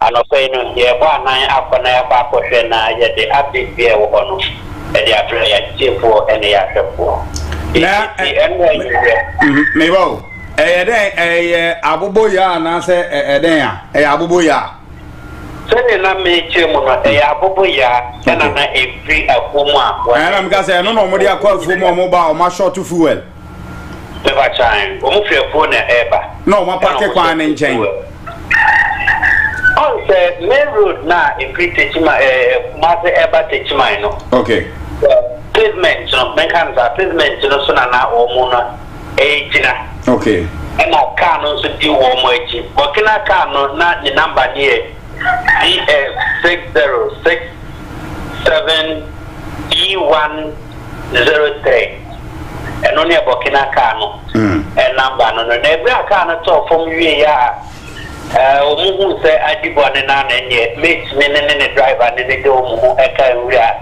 deze aye hwehwe omu na mpanyinfo so aye ne se omu te enkaya omu ango report omu homa police for se ne be ya mradi a wose na omu die no omu di na anya sa na se ka ne da ho ha ko group brevia bia na omu so edemra asha omu so nti se se driver ni no be bia owo eni ni mate ni bujafo enso aye kado se omu ne omu ebetina se na nkomo bia wo no omu ti besi sabre de driver na otwika akese ni yehu no besi sabre yehu driver ni na yehu ni ena ka no de omaja no kwan ni finfini wa ka no sene ye no eda so da hono mu a omuntumi entwe ye enra tamwa ye be tu ho na pe na fire service wo na ba na omo ba ya ombe he sene condition ni sete no na nya dia omo machine betimi apega na sa amu ho na sense nyama alugede kono enya nyama ba container no for one enyama gum ena sene si to ho no plate na container ni siso no emupi okay emupi ma baby ato no omuntumi nya ho bibia enra no onto se anopeye die na ya ka ko na ni ho ni dia basu ye tempo okay mate Dominic, can you, Mamma, was an amazing. Yes, Okay. 101.1 and from Abafo Camp and a horse Yako Dinko. Eh, we are so same as you. I'm so much for more common top fuel. Yeah? Say, ya quite full my year by a packet, a bobo yard, a sequin chain. Na Yasuma Bako so go to petrumra. The Okon or my, Omo Mutimu channel, container, car, trailer, be cheerful almost. And some to the Rias Nano. Quite will be able fast for the Beku and I'm say, Freura de Ho, baby, so away free Nipa Ho. And you will be a Naya free Yame, a wound you are Toda, Nipana, and so on. Ya, so a Kahumbi, and a Sani man, Etimi, ACCC, Toda, ya Kahumbi. 39 after 8, and obey. National agenda and a UTN Dank Natural Health Complex and they put each their boy papa because abandon idea number 1 Ghana ha. How many mammy guys in Mitchell? World Health Organization estimate say there be a friend and it is said they are their channel per se nipa bear 1 million and it's so many namu idea. And now they actually say nipa bear 1 million never call bottle tonga go to tonga at me namu idea. Bompire say won't come home. Oh, cause why I bought home. Ni go say dan ni microphobia na dey dan on between aka ho bi but say nyame wadom na utie asama me kan ya eboa o ka ho bi a for ni kire Dank Natural Health Complex na ade be mu hu ni say wanya nam ya de say obo so oba Johnson no na obema no ase emu ye o yakakra. Well, because I think Johnson the old Johnson I think flute e tatatata man ye wo de design pa Johnson say o sora no pa na upie ko gina bontini ba bi na wo Johnson tatatata na say uzia yes o Johnson gaza ba wo de ya na ya ndu aka to ata ho fam to say bibi no aya for the chair Dank Natural Health Complex o man na mu yade tena so che si wa wo nkwan utimi nya kidney problem unya liver problem utimi nya nifra o skin no so no how bibriti mi ba ho anopai ma men come for Dank Natural Health Complex and fama oba u discharge if you are him fi ho o have sex a ya kai say o do ani ba chair Dank Natural Health Complex ya wo trade pitch number 2 ba obesi water the junction pitch number 2 obesi water the junction 0244017556 0244017556 na on a Dank ATB ending komo Kings Bench Company Limited wo mo edi diwasem edema bra wa kwa ohihim entimesrew se enei ade se awarefo ensembia ba mutonya asembia na yetam de kokota asembi ho a etimi isu edia etimi resolve man yeye Kings Bench Company Limited mrama ho kwan so etimi resolve issues enti marital and spousal dispute for any for any ho ha for any Kings Bench Company Limited contract advisors but o sign contract do here ho futu ni ade a nyina Kings Bench di ho dwuma background checks ebi and afei o hia lawyer me ginam ade amawo legal representation ebi na de kumikra ne se ebi na wanya asem bi manso bi insurance company bi peso obu fa so usika akodi obi ho cha se obi peso obu kwasia o yusu patapa edi bu kwasia ye ba chere nse patapa pie to ede mra ene wo Kings Bench Company Limited o mo cha kwa wo bompata Premper Assembly Hall opposite or Jubilee Park Premper Assembly Hall opposite wa ana Kings Bench Company Limited was Senator Abrosan Kesinimo 0502 74 0410 0502 7410 0502 74 0410 0502 74 0410 that's a 10 number now on a Kings Bench 80 enin komo na emo ye papa wo fa je herbal clinic koko di unya pressure hepatitis cancer kidney failure gono diabetes ulcer wo hernia onomonsa oba uni atenka stroke malaria fibroid anase wo sisi yade dawson ye bibidru hospital na ye bo adwuma papa wo fa je herbal clinic Putuja Abwontem News at Carpenter Junction 024405 7175 0244 057175 between Atwetwe and Komo Nafi Yajo Remy Food Company Limited the spices are better so spices are pacho emeduane de Remy spices made aduane ye de Remy chicken spices, Remy jollof spices, Remy beef spices, goose spices, stew spices, ginger and garlic spices, mixed spices, and afi shrimp spices. Obo asu be dey me didi am spices and every way the natural ingredients and the ya ntima honya ha na copper Remy spices ni bi dwaso dwom baby a obenya ye spices ni bi ato patro do pa no so the church market opposite Ghana Water Company office no Blue Gate no Bantama Market Main Road Ketia Gate 2 Edum Ultimate Fashion 0266712121 na one intimi ending komo 101.1 enche mibedin komo ewa ha enche nkomo a edikan enso no ebete ede atum ewa ha ti mamene Honorable Alasan Abubakar Honorable Boss ebedin komo presiding member so am municipal menen ba be bon komo ewo issues ba ko miru mi ensabi ehun ewo video mu ha basically on this one interchange and other matters and then also Nancy recently the course efa enetima mufu a wonu ewo ho ene kwan no say ye muam ye biem say adan bi wo ho a bi no wo ho a ye nyimu nipa mu nyimu ho na je say ebu obi dia ye mu ni atenetene de afa nchen acha ne say wo no but bi so de wo ho a pese ye kan gutima mufu say ente ase na no ehon nsem sorry ye papa para pay e ba bi di ho enkomo e wo hati ma afidie no en ha ono ba sa tena se bat ma menti mi ni we etu ma mi nfiri omra na afi e ma ono bo akwa ba na ye fa nkoma edikan no en hihye so ahefam so ni 101.1 mi de kwejo amanko afoti me ba sisia Sawutu susu ama wanya akwanya de age bank bosia de enya de foforo nanso wodadwen mu boafo pa Odotobri Rural Bank de susu loan ensise foforo kraba eye Odotobri special susu loan wodia ne se wutu susu no a 60 days pe wobebo wo susu sika wato no ho emprenum de ama wo besia woje besia no nso a ensi hu ketwa bi se wutumi tua besia no ansa na bra wahye no aso a wotinsi hu no so ma wo se hu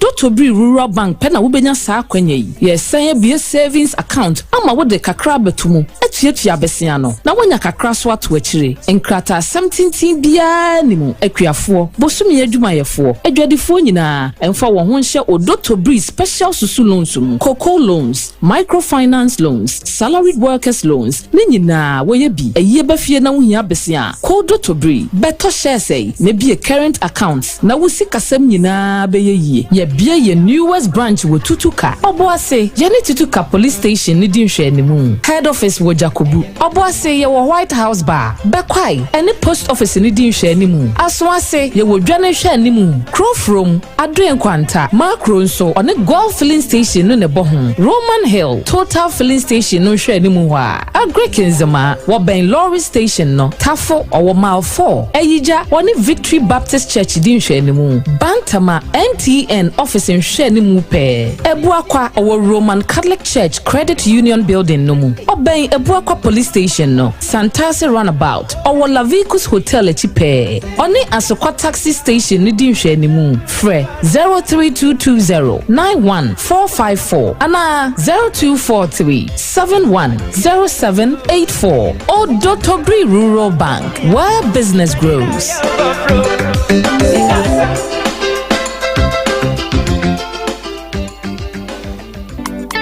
Spices naima.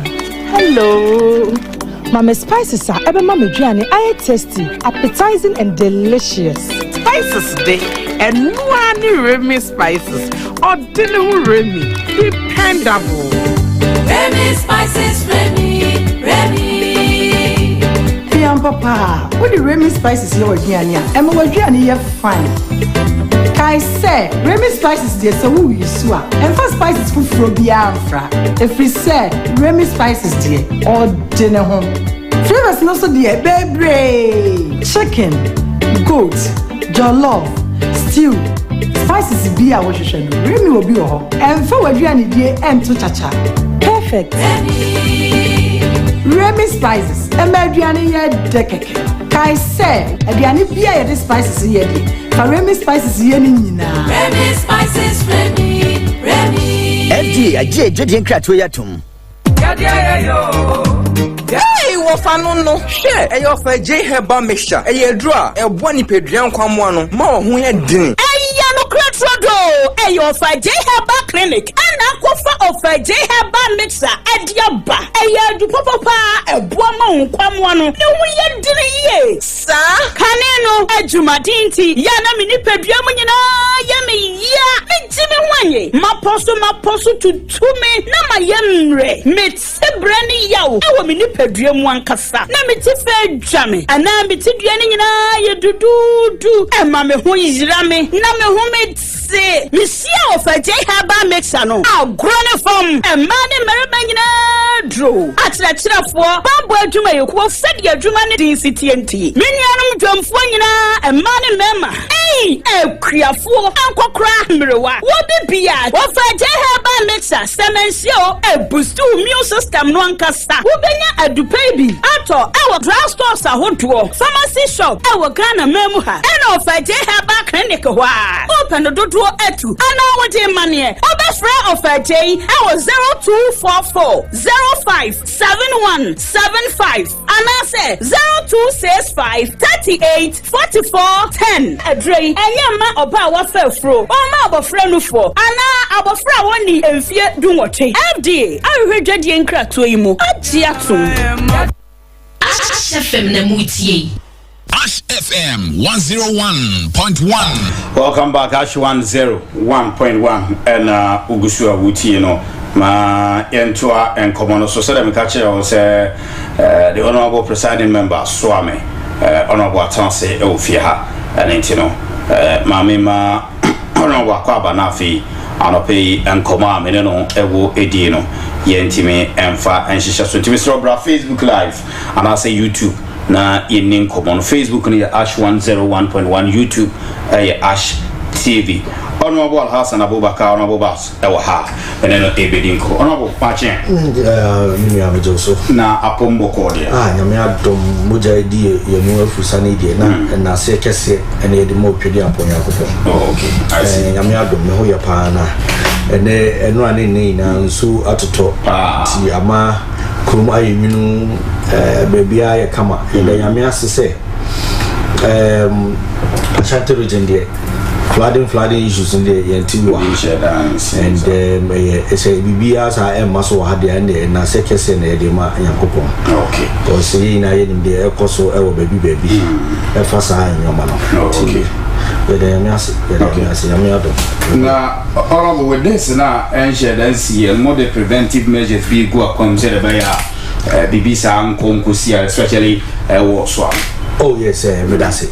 Didika no mamintia yeti for na memfa asida kese so me members am no more assembly members or more swami. Okay. Na me MPP kuno so a was swami no so no me de asida kese so mo ni titu me say na o name MP Abingo. Yeah it me chama MP and all the constituency executives ni na swami na nukrenie swami I think we have one of the proactive NADMO director swami okay barely 1.5 months ago when I free Obama office and what better him said presiding member as the NADMO director we don't wait and can say at your BBC and sana you 2 1 I was say a bongo buying and I say to me and Yoma Ebema Bibia Akoso said the I said it's all catch me say Opesenko or platform said they are all assembly members in my better so that Bibia any or to me any assembly members no Eddie home Kitahona or no more Bibia any they can also update him on whatever Opesa we be within the jurisdiction I was on the municipal. In fact, you got platform also which say always be thinking about the mitigative programs are all so obey the certain and all my assembly members too have given him the needed cooperation. I'm all energy when see I mean okay say the insu be I was say baby I got to be a CBA near the Adibiano. so am de kakra ya timia ye na bebia how kakra wo woni tua interchange ya ye no ye contractor ni issue na contractor no so no ye na juma no ye de ya o bibi ba ko mienu miense bia o de ne so be ko ka na se gata bia o we ko akosi ni ade adenti no na ama ye kra ye ne rangu for no contractors no na o matena se ama ye no mo di honkomo we free gas to e kwanya e bi si ahwe a flooding bia intimi ye nyende timema na dada afina ebi baby ho a kwan no mo ye no modern e go consider by flooding bia intimi emma exactly at the initial previously no na ensure to macro ho be na traffic light ni see as say we na enya asem to say no hwe e hono the design na also interchange na ba be share ase e hono no car ni be e ko e bi share de but nti so mo be interchange na all these issues in na no will be solved but see am no kasi de so to ho ya tachi yi na ye nim construction e cost yi na ye say ye pade pa nti ade pa no so no in the course of doing ade pa no so no ye nyoma ba ko mienu bi be say na ya hwe aye ho adwuma adan kra ya bu na gata ne ade a ede how kakra ye ba nti nya na de horo no but city ya ne honorable bas na edin komo presiding member was swam honorable asem pa na inya wo ha ye din komo ye swam interchange no ene ne ma e koso ho nkofo susu se assembly no se mo ka ho bio se mo ka ho bio na ekwan no mo ankete ba because the initial plan no enyina akra TV so nka Ghana Water Company for office here wo swam roundabout what they ko BCO ebebubu sa office no kra afa fa kwan no they call there's a technical school be MVTI yes MVTI school BC ebewuram koya to the extent say nim say in room hotel kra na ebewuro mo dem ho afa yewie na atetia ba be fa nim wa de ko now there was a demonstration say ebinum so mo ntiase emma umu mo dan enu unsumo mo structures emfengu because they do ho amoja odo ani akire Breman Junction ho a sa dan yellow ya won painting no store ai cement dan ya ni so na nkofo susu se sa dan yi die se bibia nkokora no nko ade se nketa etofom na no uzo the he ya ne se no so atia fa nanim ho na eko no are you people doing some selective bibia na se dan ama ne nkofo won so mo ntiase me nua me dase ya me show na jumedia moye that is what is most expected of you media there you educate you entertain and inform amount for it in this case you are educating and also informing it now no Misha also will be some particular question make I rango for buy na omobabe start here juma no ye no omushia that time kana me presiding member I was an assembly member na ye no omushia ema omuchire the design the total design of the work ema omuchire baby a omubebubu any baby a omumu everything ama jumadi na ede akoso se de ese ede fata na nukuni so far there baby a owo so omubu bia pe me knowledge any baby a ye no omutena ase kan bia omubu ho baby a for example waterways for ya okay omubu ura waterways for kwa me say omubu ura omuwo no kra ma say omubu no kra omupia omuwo no kra ma na ko ben tank no because tank waterways for tank ni de nko omudu omunse ko ka for tank ni de nka issue ebesi water shortage ebesi wa Ashanti region de nka yentumi but ya mental de omoye omoye initial design no na waterways for tank no na enka ho but omuwo no omubu apia na ma na ko bi ma oti so wo kwa wo nse oma widen ekwan no ama akwa ka wo no kra ne ade nti minia waterways for kwan no kra yebu okay oba minister technical school na ye kan wa so am technical institute omo so omo wo no omo bua ma na kwa ben omo ekwan na methodist for no na utumi so omo de na omo measurement dada omo timi hwe ya na omo hwe measurement nti eye no omo wo na ankasa ankwa kan na emum ekwan na ba bedu omo wo na ankasa itimi nua se obi ka se omo mukwa na bibi se ya enye no kre na sa na ese nka kwan no kokoye se itimi ba beduru bi abobo anu duru ne pona no sa that is the issue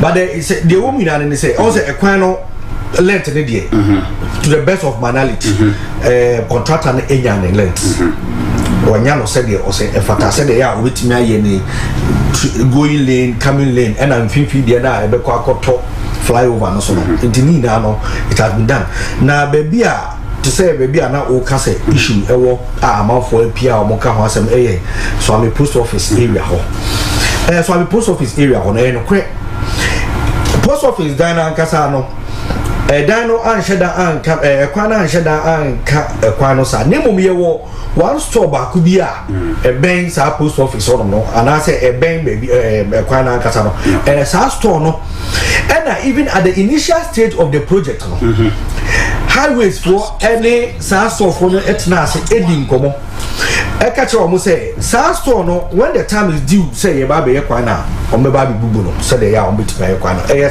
store no na up to now omunya mu na to mamfo no ehu say dabi store we no say they esi akwakoye no was say omubu no say they are kwana bitimi den abi but the issue is this the woman and say particular store no say eba say contractor ye na juma contractor no on sheda ni to me odibubu ade to me ewo in the hands of the assembly or the highways na ade no the action is but this in this sense we know highways and sa juma di we the issue mo so it highways for no any store no edi nkomo but store no kwa mo ne di nkomo no kwa what say when the time is due na say omo ba be demolish obeji ato I don't know what is delaying highways for anti-me instructed and as a man kwanko bubu sa dano ama adana kawa ama to the sense sentiment before no asori a omo kotia sa de no lokrenie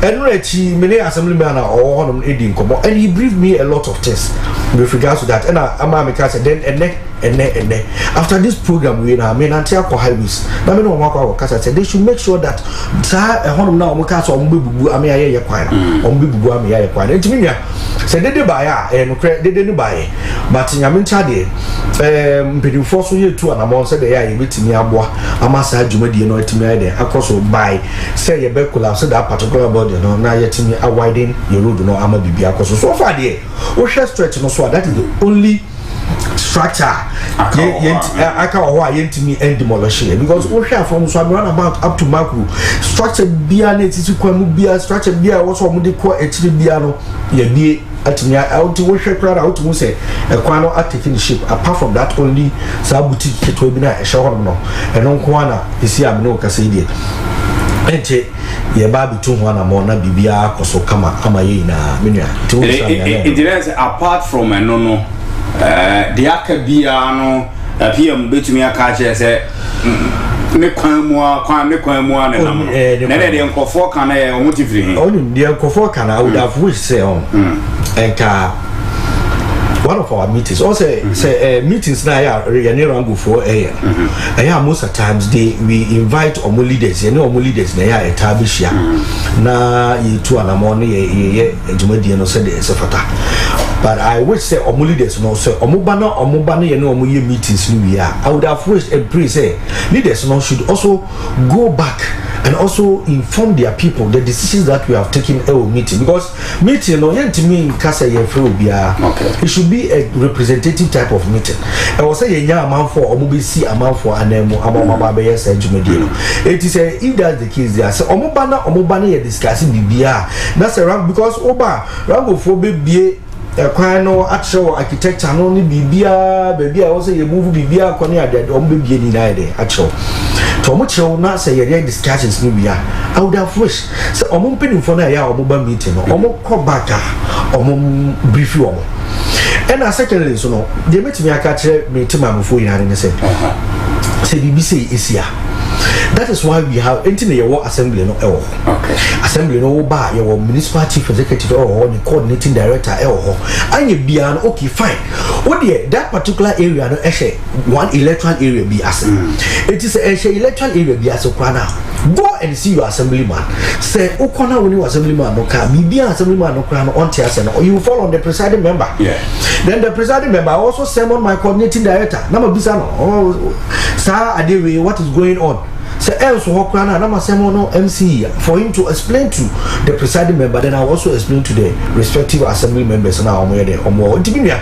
say ekwan no de no kwani measurement around for edibaye consultants ni na edibaye no de eno na omo di so omo ye de omo ye does it mean say the whole can say from some runabout one day corner.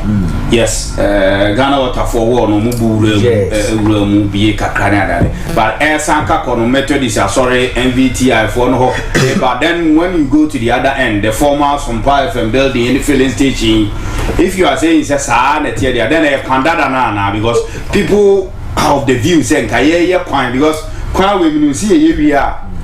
You must say when you name be a cock, you because a better pan than a beer. Or my yasan, yes, I've been see a samba by Tina can confuse to say a year that we should do a diano, Cassia Precon, said a bear, young consumer, but that those size here making maybe anywhere. Yes, I be account. Very well, Medasi. Oka say ye me can now we know we I'm talking about baby to say original rules, no maybe I'm sure they all say. Design, I have seen the design. Okay. Baby, I will try with regards to so roundabout now. Kasania, they know a whole and a 40-year flyover now. Kasawo. It's a whole of the Omaya and Cassia. Oh, that 2 lanes now or 4 lanes now. They on not 2 about. Oh, Shama measurements now. Which was another bay 4 or 5 lanes grand account. What has almost a bit more. Okay. But you see, at the crop acquire mass, a horn no, I hear Kimberson can say, a one pipes, I can send a walk to a Kumasi no ede, a walk. But Sakwan and Casanoma beam. Me know, let's see, I know, say, oh, hey, what first I'm run about her. Oh, baby, or magic, or Modi, a Yibiato, or Mood 2. I mean, I can see, and no, they had the initial original road, you know. But the one change ni na no me no ye kan wasa mu the one change no ni na no e ye kwanya e no be for fan change na we no e ho na flyover na ye de e wo flyover no ma me say the city so obi fro for example anomanja obe kwa so maybe okoku fuba or fro anomanja obe fro akọ the fourth one on shia ka bia and also on jina be bia biom to so obe du ku from sometime maybe obeso kejetia ofro la fourth one na okwa obekwa ko pie kejetia direct so onim se onjina kwamu a so obejina kwamu a eno na obeba nchenchen no o say that they say nti o hwe design no me I have seen the design e me ya say na me ba no na me hwehwe me documents na me hu design yes an ka me ba me ma copy but I say I have the soft copy on my phone me kwa ko trace na send am so that you also use it to educate the population am I oh kwani de no kwani e was so me hono no wo ka say le no omo biem dia eno no me no wo nya adwene but claim no de omo biem pa omo ni biem no so omo biem no e be boa ma interchange no traffic flow e be simple am I so omo wie kwa na bu say ade ya friend traffic congestion pa no e be den say e be hu bi o especially for example wo ko group ma wo fro lane wo free wa o kwa kuzikrofo o fa o kwa abreport junction o le na o fro a o nyina ba bia o wan say wadu ho the same thing o kokediti the same thing eti ni bia mu no de dokore ni sabi o me no we are not civil engineers yes ana man for nipa no so o mo complain no mo di so o mo complain nemum omo so no sabi o omo so nye civil engineers omo betumi a kire say ye bia mu ana say ye bia mu but say bi ordinary hu am fa ne say between in room hotel anymore any commercial bank no opposite na junction na omo biem na omo biem omo biem because I know me as na oji sisi abi no kase uko oba ho a maybe a wuchire ya the room hotel ho na on ye party office no maybe e wo no pharmacy bi wo no omo biem ma ekwa na ba be pim your party office no to them say I know because registration is near the idea with regards to the party office and the crowd for us to enter the party office because on my bahu to tunnel be or honey and the engineer beyond the me I can confidently say okay if you say so okay na ochina Kruya yen san kom man sam kasa na kan ye no any bi ye ne preko so mo assembly ho no hu say okay dia be no kura ni o mo design aba ye ne engineers ni na so ehwe e ma ye kura ye bisa engineers no ye catch engineers that they should advise us because ye na ye need to my phone e na project na o mo be ya ma no mo ya ma ye so abefo yes, so I'm for and almost our project and my yes, so they should advise us to the best of our knowledge. If consultants, no any engineers, no, they were advising us, and what they all said was that interchange, and as I acquire no it's okay. The idea from the traffic congestion panel, a bed then say traffic congestion. Everything is you okay. I see. The area, if you compare it to other places, you think okay as be compared to Buakwadiana and answer, even though NTV the same day about yes, NTV the same. To say Buakwadi the same. Also, already don't know more kind of S buildings, no. And to go to me, Swami is an old town compared to Buakwa. Development, as I said, Swami. Look at Swami, and then the link the southern sector to the northern sector of this country. It is Aquano and Yen, but all the same, no development, no ebe to some extent. But Omoyeno. They considered all those things in Nano and San Omoya Saquano. But I have a firm belief. Say, said almost Ayaquano. I dare a friend of traffic day, a sobeti pa ama yena ye use Saquano, Swami home. Any more educating Crofon match to the sense, Abia, say, contractor cost side is all Koye Juma or Munya that demonstration in any manner. Koso because if you feel is as a booby dear movie in Muabem and Ama and Mokasa and a movie of kind and make a catcher or Sebrema or the we did make Kenya and Kofaka and I maybe saw once a month. This is not the first time I am demonstration. Okay. Demonstration there. They started Quano. Several demonstrations be a coho, especially demonstrations say through a how near the identity Mekai one of the days blockade Quino Maka and come we have to even call the policeman regional minister ne Pamfu Eba Emma Ebidin Komo. Since then we have been having several conversations with them. More yesa educate omo yesa kire omo say contractor eba kwan eba say obabe kwan amawa nyoma e was we na also the boa contractor no sa nyoma we na no we have been talking about those issues with them. So they emma omo nye enya issues bia a ebitimi e dey how abrain especially e kwan na timina we have been really educating them in that regard. We had the pace okay we had the pace Jumane corner mo okay. For now, dear, also, about we buy no crany or be in any if we acquire for more than 1 year. Na Bibia Eshada and Koso. I say, member of parliament raise those issues on severally or parliament. Emma was a kick and Bibia or media species. Emma, you know, I remember the last time I was about Canby. Oh, it's yes, I know my attention no air de buy. Okay. Na Osha abino it release funds Emma Mutibe 1 month extra media na contractor na abakwema omuye juma no pa yi. Enti ye hwe nim say abino ambo abrobia sadia me ogidie say Equino ombetimi awi because the last time I any contractors ni share ya any omudin come no mo say omo percent can by October no more buses from Fanana about P at least Marku and I said Busuku. Inti said had no bit me into me young at least Equano can be more trouble.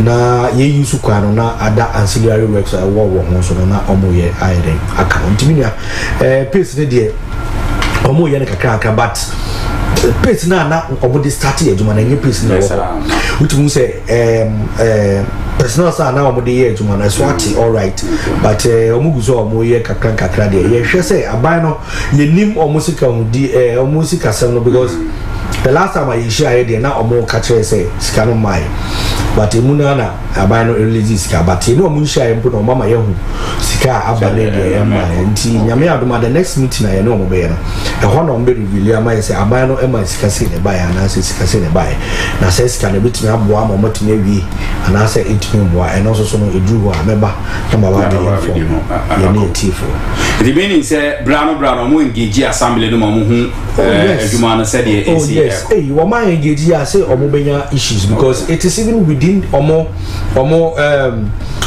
memorandum of understanding now omo Ministry of Food is part was say anye bia every quarterly bia and format brief assembly you have to was say brief assembly no any stakeholders bia omo kan o say yes only the assembly but any stakeholders bia omo there omo kan especially the respective areas now any even within the Swami jurisdiction no kwan cry affect omo na recorded yes omo na eba me hia ama omo inform the echo any the eba bibia omo pe here omo hia say ebe ya ma omo bia no na ya for example omo ye akwan na ewo inside ni say no say sa akwan no it is being controlled by the urban roads urban roads no so is a assembly na say demolition bia ebe here no within those areas ni na yeah, as an assembly, to me, and so those demolitions, they be a quamma, or to me, yeah, or more kind of said, yes, it's the air can once a mission, a highways for no. Also, a quite uncasa the highway, into a highways for no, you know, moving it, I was a Bibia because of come my Antonia, Bibia bear fine, yeah, bumpire. Bibia bear fine, 101.1 Ashfam, and Utiane, the presiding member, I will Swami, or our boss, a dinkomo. Or I will say, yeah, I'm Miss Apasi with Naregadi. Omuni mudinko no say 0 tier no mo ye 1 tier 2 3 4 5 6 7 8 9 dey tier no maka kire mo say because hun komudie aba ma say still ayenya anu ye bia anti sisi a wo say omu brief mu omu kire mo say the way ania me call say by this time come expect so mo win omu ni mo dinko mo recently omu say the tier no mo ya dey amaye no mini anokuri ni the contract documents are by Edema Rango for and as a contract and so on my 40-year contract so far as I am concerned okay any inkrata a day a 40 years any year basso yet is now minister of food no or yeah or kikan semo baby say call 2 tiers and 3 tiers. We made him to understand humanity as even through our member of parliament. Humanity as the member of parliament catch say 3 tier and 2 tier no, we are not going to accept it today, neither tomorrow. A 40 and ye designing say ye baby. I mean, something we cry for what to be that. Make sense. Mini ya manifi ya manyo sem kakran kakre mini ya mente say the interchange akọ baby ama aban bi so oba beti so da unless maybe ye the akọ baby ema aban bi e ka say end or dey ka ho say 3 tier dia or ye 4 tier to say the poku ase na ka NDC for ye na nanado ba ye na o say you ase san o say the 4 tier abusuafo say what say all the interchange no back 3 tier na 2 tier there I think say ye ne aban no de ene nke ye no be bi akapa no na mom se sia me no ka say de ne rango eni nkomo bia e kire say omo ba be 3 tier na 2 tier ma ye da bi what we know 4 tier it is road minister me fasa akwanya yi me no say mo fidie de e kwa kire yi ni nua me fasa akwanya yi na mama road minister aso ati say Swami people negotiated for 4 tier interchange. We didn't go in for any 3 or 2 tier. That's all you know. Say on road minister on na buying. Omo de ye interchange na be call 3 tier na 2 tier. The ending kayene no be bia kapa. Ending kayene no obi kan. Ena sa obi kan na ye no wo no. Ebusuafo ma asantemanfo enhwe say eye Swamifo nko aye kon da bi. This is the only single largest interchange anka ebeba. Ewo asantememu. We will not sit down. Yet na say emma nipa ba ko bi. Emma be di really that interchange so or the ba call 3 tier and at 2 tier. And no dey easy that. Okay. Eh ade ayam pene so ene empene so nchira. It ye pese NDC aban ene the ministry. And I'm the minister of roads omunya we no omu who say Satia interchange, a 4-year interchange, and that is what Swami for you, and that is what we bargain for. Okay. So, Honorable, in your briefings, contractor and say for no at the moment, do you ask these questions? Now, and I know the munch that we tell me. Also, the woman are say official communication. Yeah. Sabi, Mr. more or less, Mr. Me official within the assembly. Now, a bad sana. Say if there is any official communication, and as we say, it will come to the assembly. Okay. Because the stakeholders must be aware. If they attempt, say, about the interchange and ever code treaty and not to any interchange one and then game and we will use all legal means. We will use a coin beer and be the best topic that 2-tier interchange and 3-tier interchange no the best topic because Swami especially that interchange na interchange ever best serve even beyond the people of Ghana. Why do we have to do that? So your politics but 4-tier interchange na ya bageni as the Ghanaian people and also Swami people we are going in for the 4-tier interchange. Anything na be 4-tier interchange today, we will never accept it. Because 4-tier interchange, you know, and another danko kufuado abain. Ebageni say ye babe ye amaswami for. To say ye babe ye amaswami for dia. And ye say if that swami for the ye babe ye amon dia. And ye 4-tier interchange and a empty. We are not going to settle for anything less. We are going for the 4-tier interchange now. Yedi kaede akamwasa. It is say Oma you say omoko 2-tier and 3-tier there. We the people of Swami yempene ne empene extra. So brano modi money DH say by the time I be realize over here no more area. I know the any can breach of contract club and they no do what you have the people of Swami say round before ebetna say ama a certain minister of road be about dada na manatias at so about 2-tier and 3-tier interchange. They are the Rango people. They should get ready. Okay.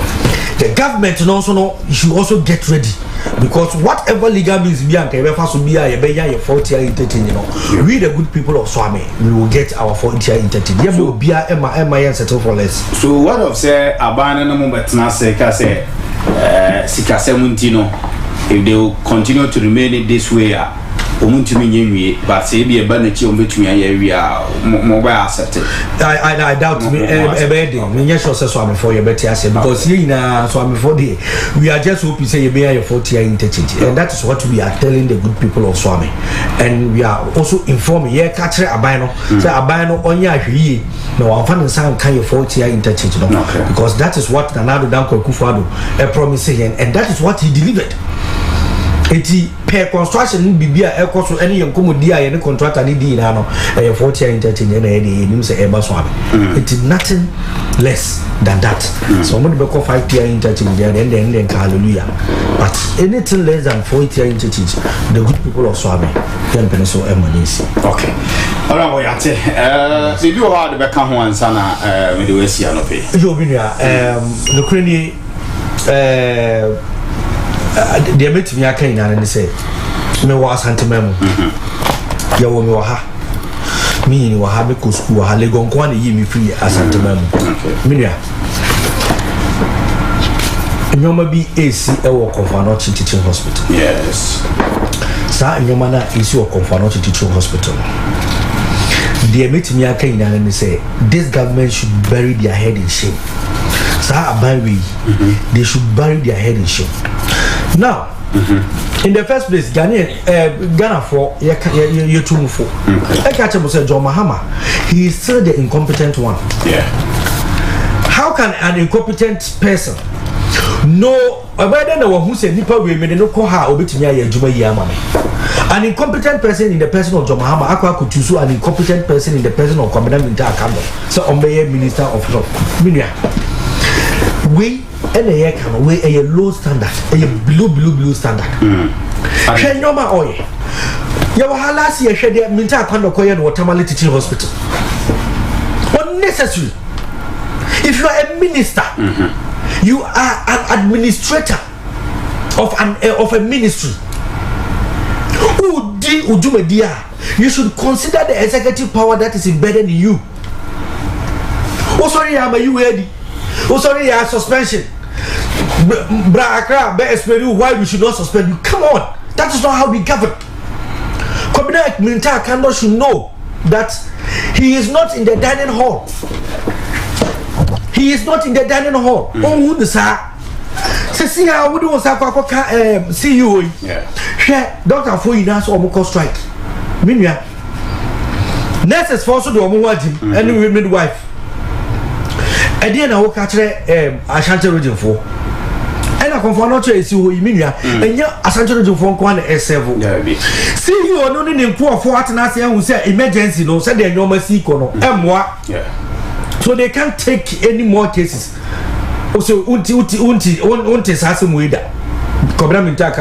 That is not how we govern the country.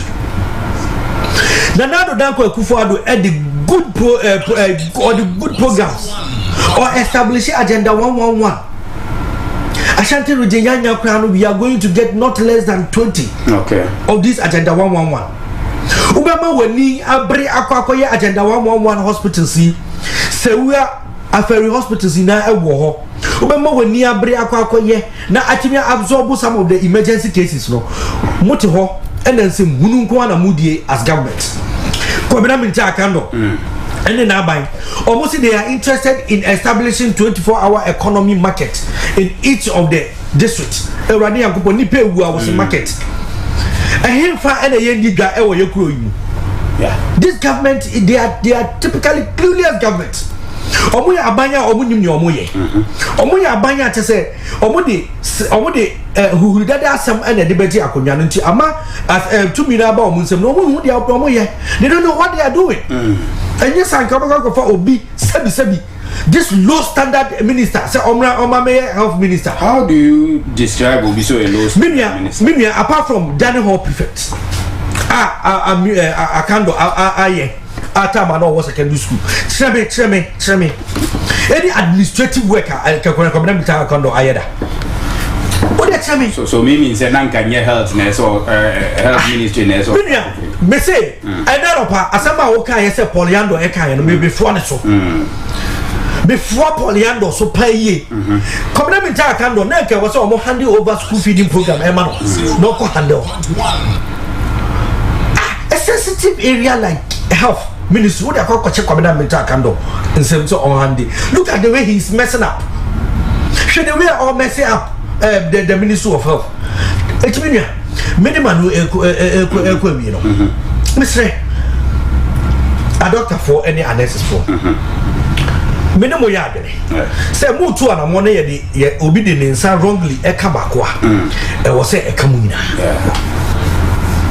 Motu an among more famous say Atreno. Now, no, if we are seeing Naya who said, Community Kando, he doesn't deserve that position. John Mahama, own Jai baby or one Ombra, no be him in Takandomo, and some George more Munim or ministries. Now, all far competent people, Emra, so only competent people are Ombra. You bet me to Kobo and Kwadi, almost on Come Health Minister, and they will see how you would have managed the ministry. Now, almost manage no need those people now. To me, in few no far competent hands. Romo. Yet they to Ghana for a catcher must say, NDC they don't have the men. Would you or man or there any propaganda, any atro or mudia, over to Obama or Mudibia, but only more Dibia or say Yano Mudiabeco. You who they see John Mahama one. Wasam we are just praying that it shouldn't get worse because I get worse. Minu we die here. It's now you need to overcome confirmation. It's yesterday. Omo facilities now. MPP are buying a buyer or establishing. Omo completely. The able mitigated this particular issue. We am I na ya want to na media manu AC no na me chia so amefo ina na ya me adoma. Next this month we party no be but no ya shall say do electoral area want to more the anyway. I they be we are considering say police station in our want ya to police station. Okay. I go to Google na we and how they na cool. I order your ball after police station na Google na starting. Electoral area elections no so no ebe ba so na electoral area elections na ebe ba so no so no. If you are nyame adoma ebeba constituency na mo fidie die MPP fo ina 8 years FDA me so me de ba betu dwa say nyame adoma se constituency ni bia me so no me contest as communication officer for Swami constituency. Communication officer no so no me sure say this time na ye ba be say ye ba be cause high election dem be hu say party no atete party no atre me dwumadi a e wo say ye die as party bane ade party na asoma me aba party aba radio so aba ba ye adwuma for several years pinufo ya motimani mi HFM idi mutintimai muka omo a mokate me e wo BDM e wo say de yesikasa e wo radio so ni na aka ho bi na me say me pese me ba na me beboa me party e wo so ame na your communication strategy no ebetimi asotege ni ama so ame etimi etumpon especially etimi afa ne ntuma pa efra when it comes to the communication department me timesre say edru ho na say yebie nomination na mefa bese so ame fo ina say edru a omuntamati no mumbo meti dom na mentimi emeye communication officer emma so ame fo ina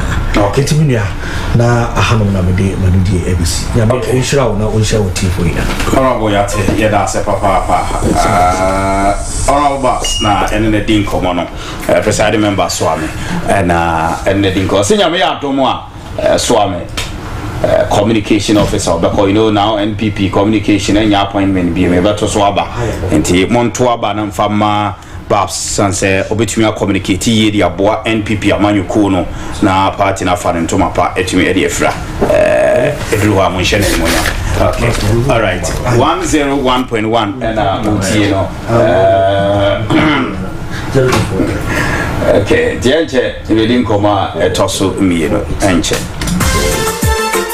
so second bank ya sim kwa ba ko pe o bank mo no enfie dudu ni no masom yen ne yesu ye kase ye da customers ni ase se mudi musika sam ehye ye sase ye hwoso ye emamo afidie o to second bank yes save more ne nya sika ne more ne yesu yeso more eye more ani gisam nko an o to second bank ka hu say your current account savings account fixed deposit account sisu account your infant minor savings account yes save more money dachi na for support show and beba ho ye wa package bit say abaya djuma efo bosia o to susu e wa ya hye no ne ye hwe ho ade ma bosia de diuja ye wa commercial na say business loan funeral loans adjuma efo makatua ma ye no mo betimi abaje bosia wa ya hye ye wa micro and group loans ade ma nipa ba miensa ade echo we no aye collateral free na ensi ho ne so de e ho hwe sabro wanantie abafu kwa efo so sani sika nyina no e bi koso ya hye Western Union Eastridge iTrans mobile money transfer bit say Ghana Pay MTN Momo any de keka ho nyina no benya bi wo ya so ye abra emfa ho ne say account ewo Otuo Security Bank Otuo Security Bank e ko fiase mampon se pe adwrabo for micro kenkan su Dr. Mensa Swami Freya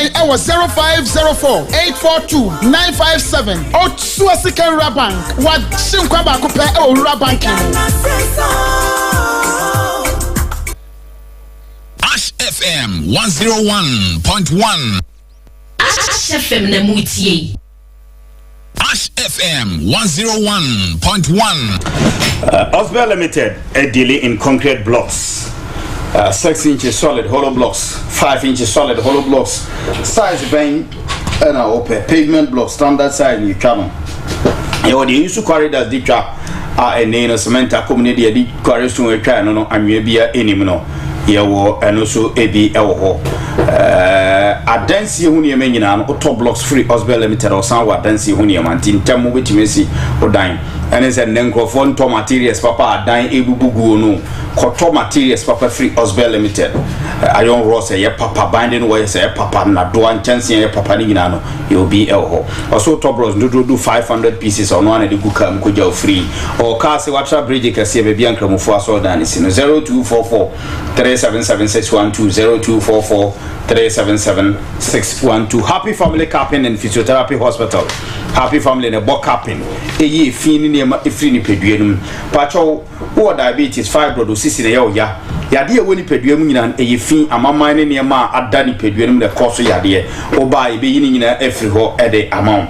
Low sperm count. Stroke gradia ya tenete sanse intinim na Moses obani a book capping be mawa. Intimne Moses nyina emu bede da ho na mu gye die fuse wona ase atata wona enye duabo ye fini sufin na apompi woni pedua nim sa oba ye beyi amansufin nyina apie yade bia sa wonyare kra no ade ye ne se ye capin ye de hohuru ni pedua nim de ni pedua wo frequently na se obo capin bi na fi cleaning niema bone toxics ne substance enye ni free ni pedua nim ya ye bi nti wo su ko ye bi Kwamo Highway, Josu Road, Kwamo Highway, Josu Road, a Hona Happy Family War 0593336830 0593336830 Only Happy Family in Komo na Omwa na fi enema enkwemene Yura NS Yao Amwa and so to Asona Yedinko NPP Ashanti Regional Second Vice Chairman Hufo also ha menene mene openyi enso etwaso na yedi enkomo a ewo ye my Ghana mu ha ene de fa NPP amanyuku no enso emu Medilab diagnosis services na me di wi ofan we na me no no bo hyase Medilab se bra na onye nhwehwemu mfama wo hospital yese collab ko lab test bra ipedua wo ho peso ko ye nhwehwemu ewo mu a ye Medilab ye DNA paternity testing check hunu say yes ampa o mana wo mo no yo ma omo yo macro gene kwa fa fro nyem opeso test check hwe pregnancy no TBI wom akoda wo be wo no adibo so men san ni nyina no ye bi ma ne da ho kama ye ya allergic testing advanced cancer portfolio ultrasound medical checkups ye ni nyina bi kidney function test liver function test Medilab diagnosis services ma honya ha 054258 7300 054258 7300 Medilab Kumase branches ni Kasepan ewo Bantama oniji edi enimhwe ya obako ewo Tafo akakra no du Tafo government hospital no ya obako oboase na afi offenso infra santimantem afi ye kosunwane ye obi ho ye kotechiman ebi ho ye nkotamale ebi ho tema akra tem ene me ya hodo ni nyina no obehu Medilab ya bo modern se ebanhwehwemu ye woni pedua no a Medilab ene se odo ani che Yura Ernest Amwa ewo ha Jamu ano pay matching. Meju so. Na apombo ko dia. Radi adom. Bibi aboko. Okay. Mwanda Roma. Okay. Bibi aboko. De nyame ase. Na Ghana so te sen. Radi adom. Ghana so boko. Ade achi na moje di hu Afrisa na ide. De nyame ase. Asumwe emua na eden. So away. Okay. Looking at a memoir cost we no Ghana to send them debisa on say how do you see this governance ecosystem? Radi adom. Me for fidie so na machia the party for pension for majuma for nadmo na machia Asante region MMDC former MMDC for nyina MPs former MPs and the current MPs ebechia omu nyina ya party for a constituency for any polling station to Obama omu any omu so coordinators are eba nyina bechia omu nyina na also so my form of indication so achia mo fidi ura any empanyin for aka yes 101.1 enti minua de okay there omai no fine so far President Obey or na from there binum ye buy ye be bi ye more na and I say change of government by ISO yaba into ono so the obetim ne kakra kakra all year no egu so e de ani ehwe no mandate 4 years say emfa say ye ko emfie mienu enye no papa nti niam bi ho ene ade yedi yeni eden ehwe yedi yeni ehwe okay mate yedi yeni ehwe ma member ho Ghana for no na bejeji okay edu wa Ghana for na bejeji ho yes edu wa Ghana for na bejeji if we say yen edru baby no na Ghana for de ni eden ehwe edru ye no omo jeje omo ka kire say yen ni ma ye promise ye but na say ye bohu de ruye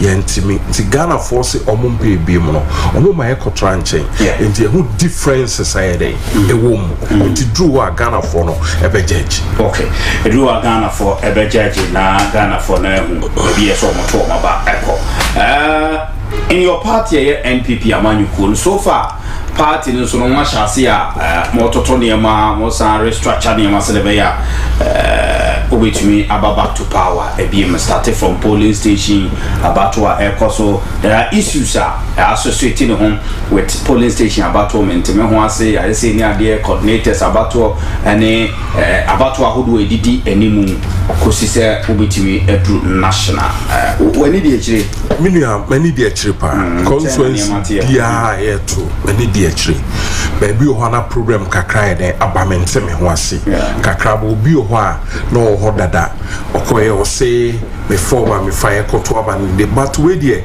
emra e de ma obi atama ye koto aba ene se dey city bia de da e koso no so free say oju hundi say we o aye adwuma polling station ho na ye koto aba na we de this my organized boys ne no dey eno dey emwa emfa so bienye de ema because they say ye to presidential election we no ye hu tension ni ade bia eni hobium eye we ni nipa kakra bi na epese ede tension eba but ni nyina so nim se erade atonsu pae den eguso amasundwa den aba ana se polling station no ye to aba na we nya na nchese we wie ya den eno no because me go school year start here 1992 me na me bubo poster so ye redubo ahemba ye kroma hafano no for ba tepa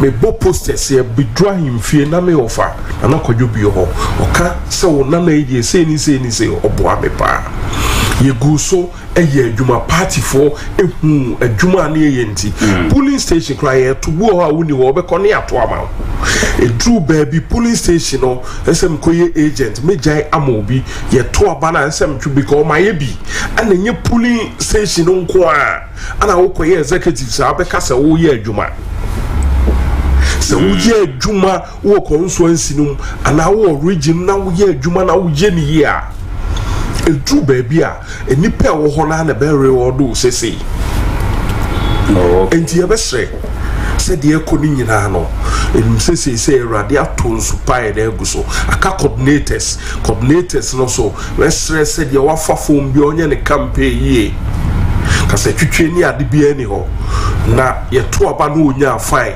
wanya onu a wanya no wata na chi na ye nyina de odo kroye aye adwuma se ye be ya ye betimi agitumi 2028 edi ama Dr. Mahmoud Bawumia okay ye be sre de no ni ade de ye ma no emra fom se party ni pa na tena se cha obia benya na chefa me mpanyifo ka sembi president Kufuor Nana Adu Asabre ana o se men sam ne ade o ka che na to bo adwuma ye teto ye de ukoba no party ni be nya adwuma ni bi ye den eye ebe ye na dum adwuma enya no nkwa nipa ni bebre ewom a mo be ye bie enti ye besre se edru baby a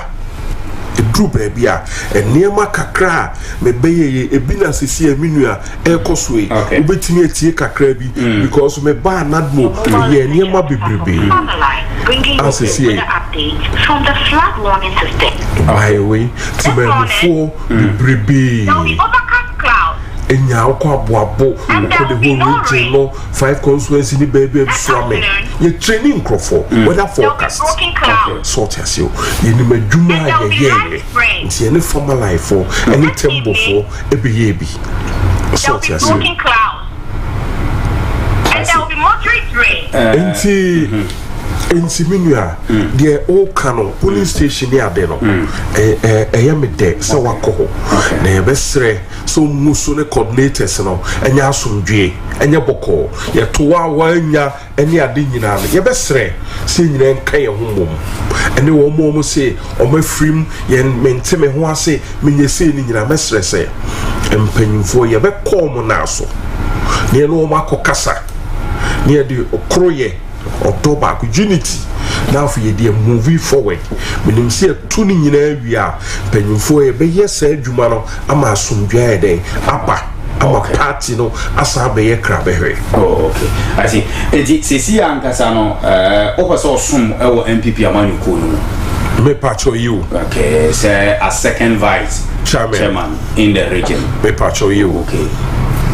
Is it the case where the can say from 1982 after the posters now there from then along the line ujai na fina person room and say continue what several party are you well known in NPP yes party ni there ma several party no and yes some tita posters ene no ewie party no madwuma be break campaign draw chama mankwa ho chama efefan to buy mi read and fi kai mo mpanyfo bebrebe na say ni nyina from 2012 from ho nyina edu election bia na enu ya ye form ye ko outreach ye campaign ene mpanyfo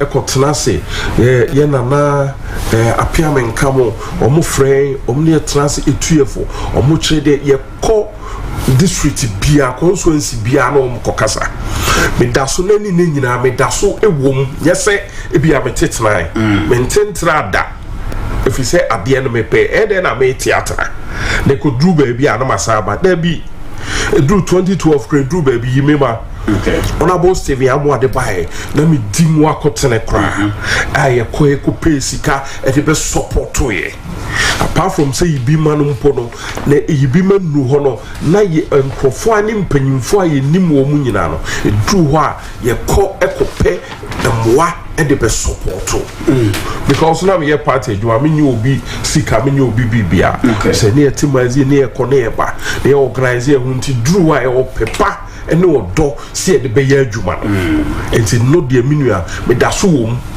pa nti erade makwan na yibia ye be fa form me kwa ko fa form as a second vice chairman o Asante region na we areshe muso se me manfo omo ebe hwe adwuma pa maye ene nipa setra ene nipa tra ne constituencies ahodo nyina MMDC for former ene omo ho ne MPs current nyina no ne former omo nyina mnim se obia ebe hu se nipa so maside obona na ya wo MPP obia be hu se nipa so maside enti bani abesom menya hoho sa menya hoho menya hoho party no anymore.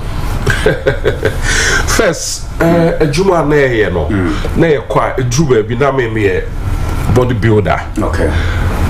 Mechumana na ye wo squad na ye ko bebia na ye nam. Apart from that so constituency bia me kwa akoye adwuma me see to you say me kwa me hu executive me hu chairman we na me be e bia edruba bi kra na ye see epo bi obebo poster say from ebikra ha etu edwesoa obehun ne abopo se bebu se beka se enipa asomasi ne ehun so wo frupo wa run ho wo yes adwuma no enti be activity bia no se me part of activity. Okay, na era yawamwa honest and I'm in a komo ha we were saying the why from 1992 it is enough. Why do you still want to come at the regional level as Ababa say? Yeah, my hair Juma polling station. My hair Juma polling station, my party agent. by my bear Tescom, organizer of Christian Service University. But yeah, Juma or phobic enemy, intimate per se, and media, I hope position, Binuma baby, Edeko, Intia Quenya Abedaho say, second vice position, your premier drew, and it says, me pa. Na ni swade hu amewo ene sompa masom free me mofra brim abedu me mpanyim fie so no sese me bana me be som region no eyie na me be som me manfo na how ene amane bi ewo ho ye ba power eni pa bi problem so mo fam no mo sofa no yeso yetimi agina na ya boa amasa na mani nyina eden every ho na o start aton ho dia kire enkofa na sese no because of say about one more hama the ekoso ye wiansa eguso didi nkomo pa but ne mpempen so pa no de say ebedru on say ye to constituency ni wi a afei de unim say akwasi mensa na aba openten ya na aba we na aba ti afei de wo kono ho a unim say say nipa we de wo arehemu say nipa we mno be ba beto aba no nti wo asem bia ana bibia ne koka sa nkrofo na sese no ye twen say ye bewie sa eniema ni nyina ye no akoma na ase ya obi enya ni tuade hunu bi say obe preposition e wa manyokomo bi o ha o say so no dae e bi so wo consult ne godfathers obi o ho so a nyame ankasa ne ba ne nchen be yi kire no nya o de ni free milia e party no masom enti niema bi a etochema niema bebrebe ne niema amekuno no se wo suma nipa de wo kwa animu enti sa ana ni so ade hunu a me wo ne se me passe me ba be so me se rade mbom pa se na me pese emredu a me ba okay nti awurade adom ene mpanyifo e no ma didi nkomo nyina so breni se me bana me be som e wo region no na afedi obi ehu se adwuma ye fie mofra bremu e ba ye mpanyimfie so adru no sa don mu na se ye ba se ye be de ye be boa e ma region no etumpon eyi na de na nanom ebeyeye ye papanom ebeyeye no sompa mo be somye eboa ye ma ye gi tumi di ma ye no sa sompa no na me pese me ba ene nkabo mu ne de beye adwuma se beye 2028 no ye betimi agi tumi no afri se ye wrade oso ono de oye bi ni mfie nan no o de be ma onua Dr. Mahamadu Baumia enti sa na sese ye ba ne beye adwuma den e de boa because umuni sana na ho sa apa okay Asha Femene Ernest Yao Amwa NPP Ashanti Regional Second Vice Chairman Hofo na mene dinko era mo wi ase a ye wo sisi e se ansa na bonsu bi so oba be GBB afro bi nsem no ndi da se nipa no enye adwuma ni yi enti na so no ba no ba be som no yi ni ya na se nipa na aye ni yi na o de duru be bi nto no so ba no ba be to so now looking at Ashanti region Kofo blemu say NPP in Ashanti region vote sotiana ete. Is it the case of Momohe and ye you want to come on board now for money before Froba and now why ye number some busum? Oh, where the Wawada Roma, Yamna Maker. Then Eka. Yamna Maker. Then as your for any independent before Busa say only a Jenkana or say and no Wakano. Said ye who say a juma face ye na ye vote no e course na say vote no etiana etiano mpanifom ho ba ye bi yes o ma ye bi chama untumi wa ye bi o ba na mini onabusi mo se mensa no oboso ntwe ye kana ho no obedi chairman e wo ho ba santro ye kana ho no obedi ye to obedi wie no de o du ni mpanifo o ye adwuma o ye bi o de ba power any ni pay wo mu no ana votes no tia na ethical form enti omaye bi eni sei no ye bia ye kono sa position no no bi ho ba say nipa no eni ho okay enti me ba se de nipa no e free ho no eduma pa obeye no me ba na me besi na nan okay now votes na eso etie no ye be ba no ye hunu kwaye be fa so se be san akeka e ho bom na party no aye krabe hwe aye akono biemu na yetimi vote no yetimi increase amana kosro na de ehia asante no asante maimu fo die ne hia sese ye ma wo mo no ye ye kan ye no ye ba ne ye hwe ne ye tena se ne ye tietie ne ye hunu se wei e fa ha we ne to sini enti ma ha anko yie ni fa ha we ne to sini enti ma votes no ye den e call form ne ye hu kwa papa e de be fa so ne ya san apija ama region no ejira ne na so biem. Okay, the way abortion and will share NPP masses or more that opportunity now. This time moves are echo and over seas and the crowd regiment sabri bibli no asa free when sapra adanka okope bi crowd no ba ya den sapa the crowd no crowd koya asa fufu mu ade yo no o kwa is all the doing free and sanally akwa mu kwa di o ba so a mfa hwema serving say ayo regime ha so you are making a promise say party ni show say ni munyam na mo beboa ma do sis ni na asamba baka na minua enokre okay say party no madom no mo to apa e de mame ase second vice chairman na region mo adwuma pa ena nanom ye ofanom e papa e be ye e ma yinya sa more seat no ye be ba be ye adwuma tin ama seat a free yensa no yensa asa kan ya de okay I see eno de no doubt okay say ye be ye say adwuma no adwuma din a ye be kan ho abom say ye be ye ama seat a free yensa nyina no yensa ka ya de okay me da say be 2-3 minutes na fi me fa de aka so ma afrefo nkomo a ye de ne nyina na afrefo so bebem beauty lady sanitary pad Obama men come from us no na ye pada ya gidi atum anenti Obama so me so obanya o man se so be ko afichire kai so be use beauty lady sanitary pad ba bi atonto pad bia okwa wonsa ebetumi akai Yura honest ya amwa for be 1-2 minutes faka bi convince me say me delegate ya me ya do na me to abani bia me hu ni pe wo mu na fi me ntumi ento aba na fama na ye fa nkomunisi minua medawase biem mesre se erade makai na yebie se yemfa forma me fa form okay se second vice chairman to Asante region enipa no bebre enim adwuma maba be ye e region no obi anim atuhu ache adwuma aya be ye ene kwaye fa so ye gi tumi ye ma yura adodanko akufo ado e baaye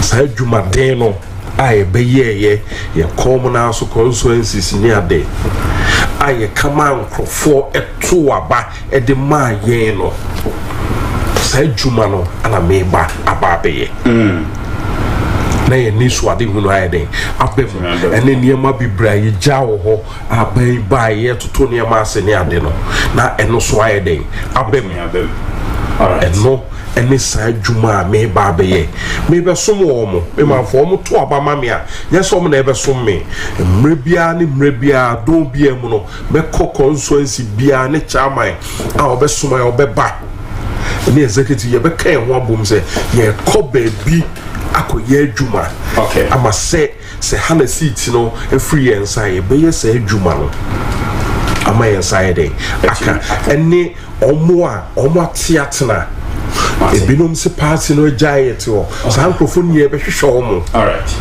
ama tumi no asan aba na we dey mesre say adwuma wa me o machia adwuma efo na machia mayor soso okay na machia sante hene krura okay onu ntini eti baabi na mesre say adwuma ye na obusa face no so ne ade no say ye ba adwuma ye no ye hu say ye party supporters ne ade no edu baabi e pe kroni ye okay ene o man ni ye ti dru baabi e makwan na so okra ne do baba na wo ye adwuma e be boa e makro na tumpon a ya makwan amasa nkrofo no aye adwuma no mate me da so papa era nyame adoma brefo for be sensia Mr. NS yaw amwa MPP Ashanti Regional Second Vice Chairman hopeful ali ene din komo no ye da se so me da wase pa menua me da wase pa erade nkoso Israel amen okay abia me ba bibia ho 5-6 minutes akana nsemo ya bobo so konfa no chi issue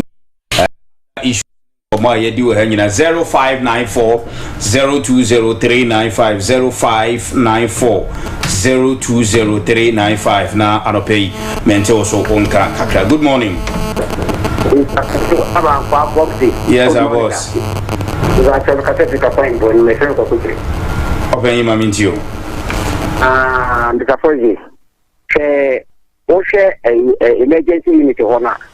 When you be cranka, that's a practice, because accident I work and a pressure or to tap. So, do what you can do accident if you. Anything beyond accident, this year maybe the Baba. It is a independent candidate, I plan again somewhere. As a two animal, they have to do. Tapano, eba si rete necessary that the sorry, woman and a yezma, almost at the pop side. They don't put that in India. I live on the you know, when I want to get about that. Okay, Mr. Medase 0594 020395 0594 020395. Okay, my menfa ofufro and so okay, we need to be so 0594 020395. But my me we tell now for energy commission for some can show say a free neko you know ube here meter guru boys in BN guru guys in BN man one say wo call phone no eso na fi Google Play and also App Store now or download to Certify Electrician GH app on be said by no bebo na eneno what you mean a pay meter everywhere and ten that unya ya wow ube to me as selected instructor or be check the amount we are ever send you SMS na afino yetimi ama on saka meter and 10 no 1st June as our process is started. Energy Commission as a member Sankra Tui and far and two and in Big Georgido Ventures so delay in American cars access to a fee decoration. Corner car intimate upgrade name Pija and far and Cosro and far amount. Okay, I got 3 minutes one has when I call Triacampa na Obiafa 1111 and 0594 020395 0594 020395. Good morning. Mpacho Udin baby akase free.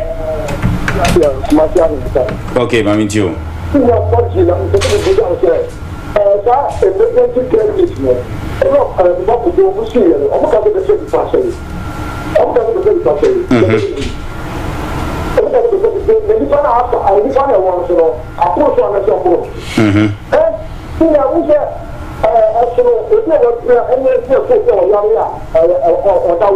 Yes.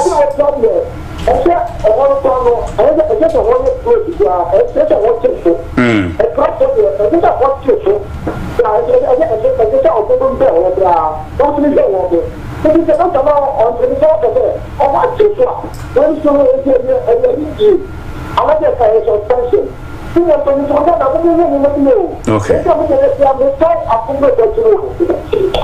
All right, Mate. Medase, Fari and Toso.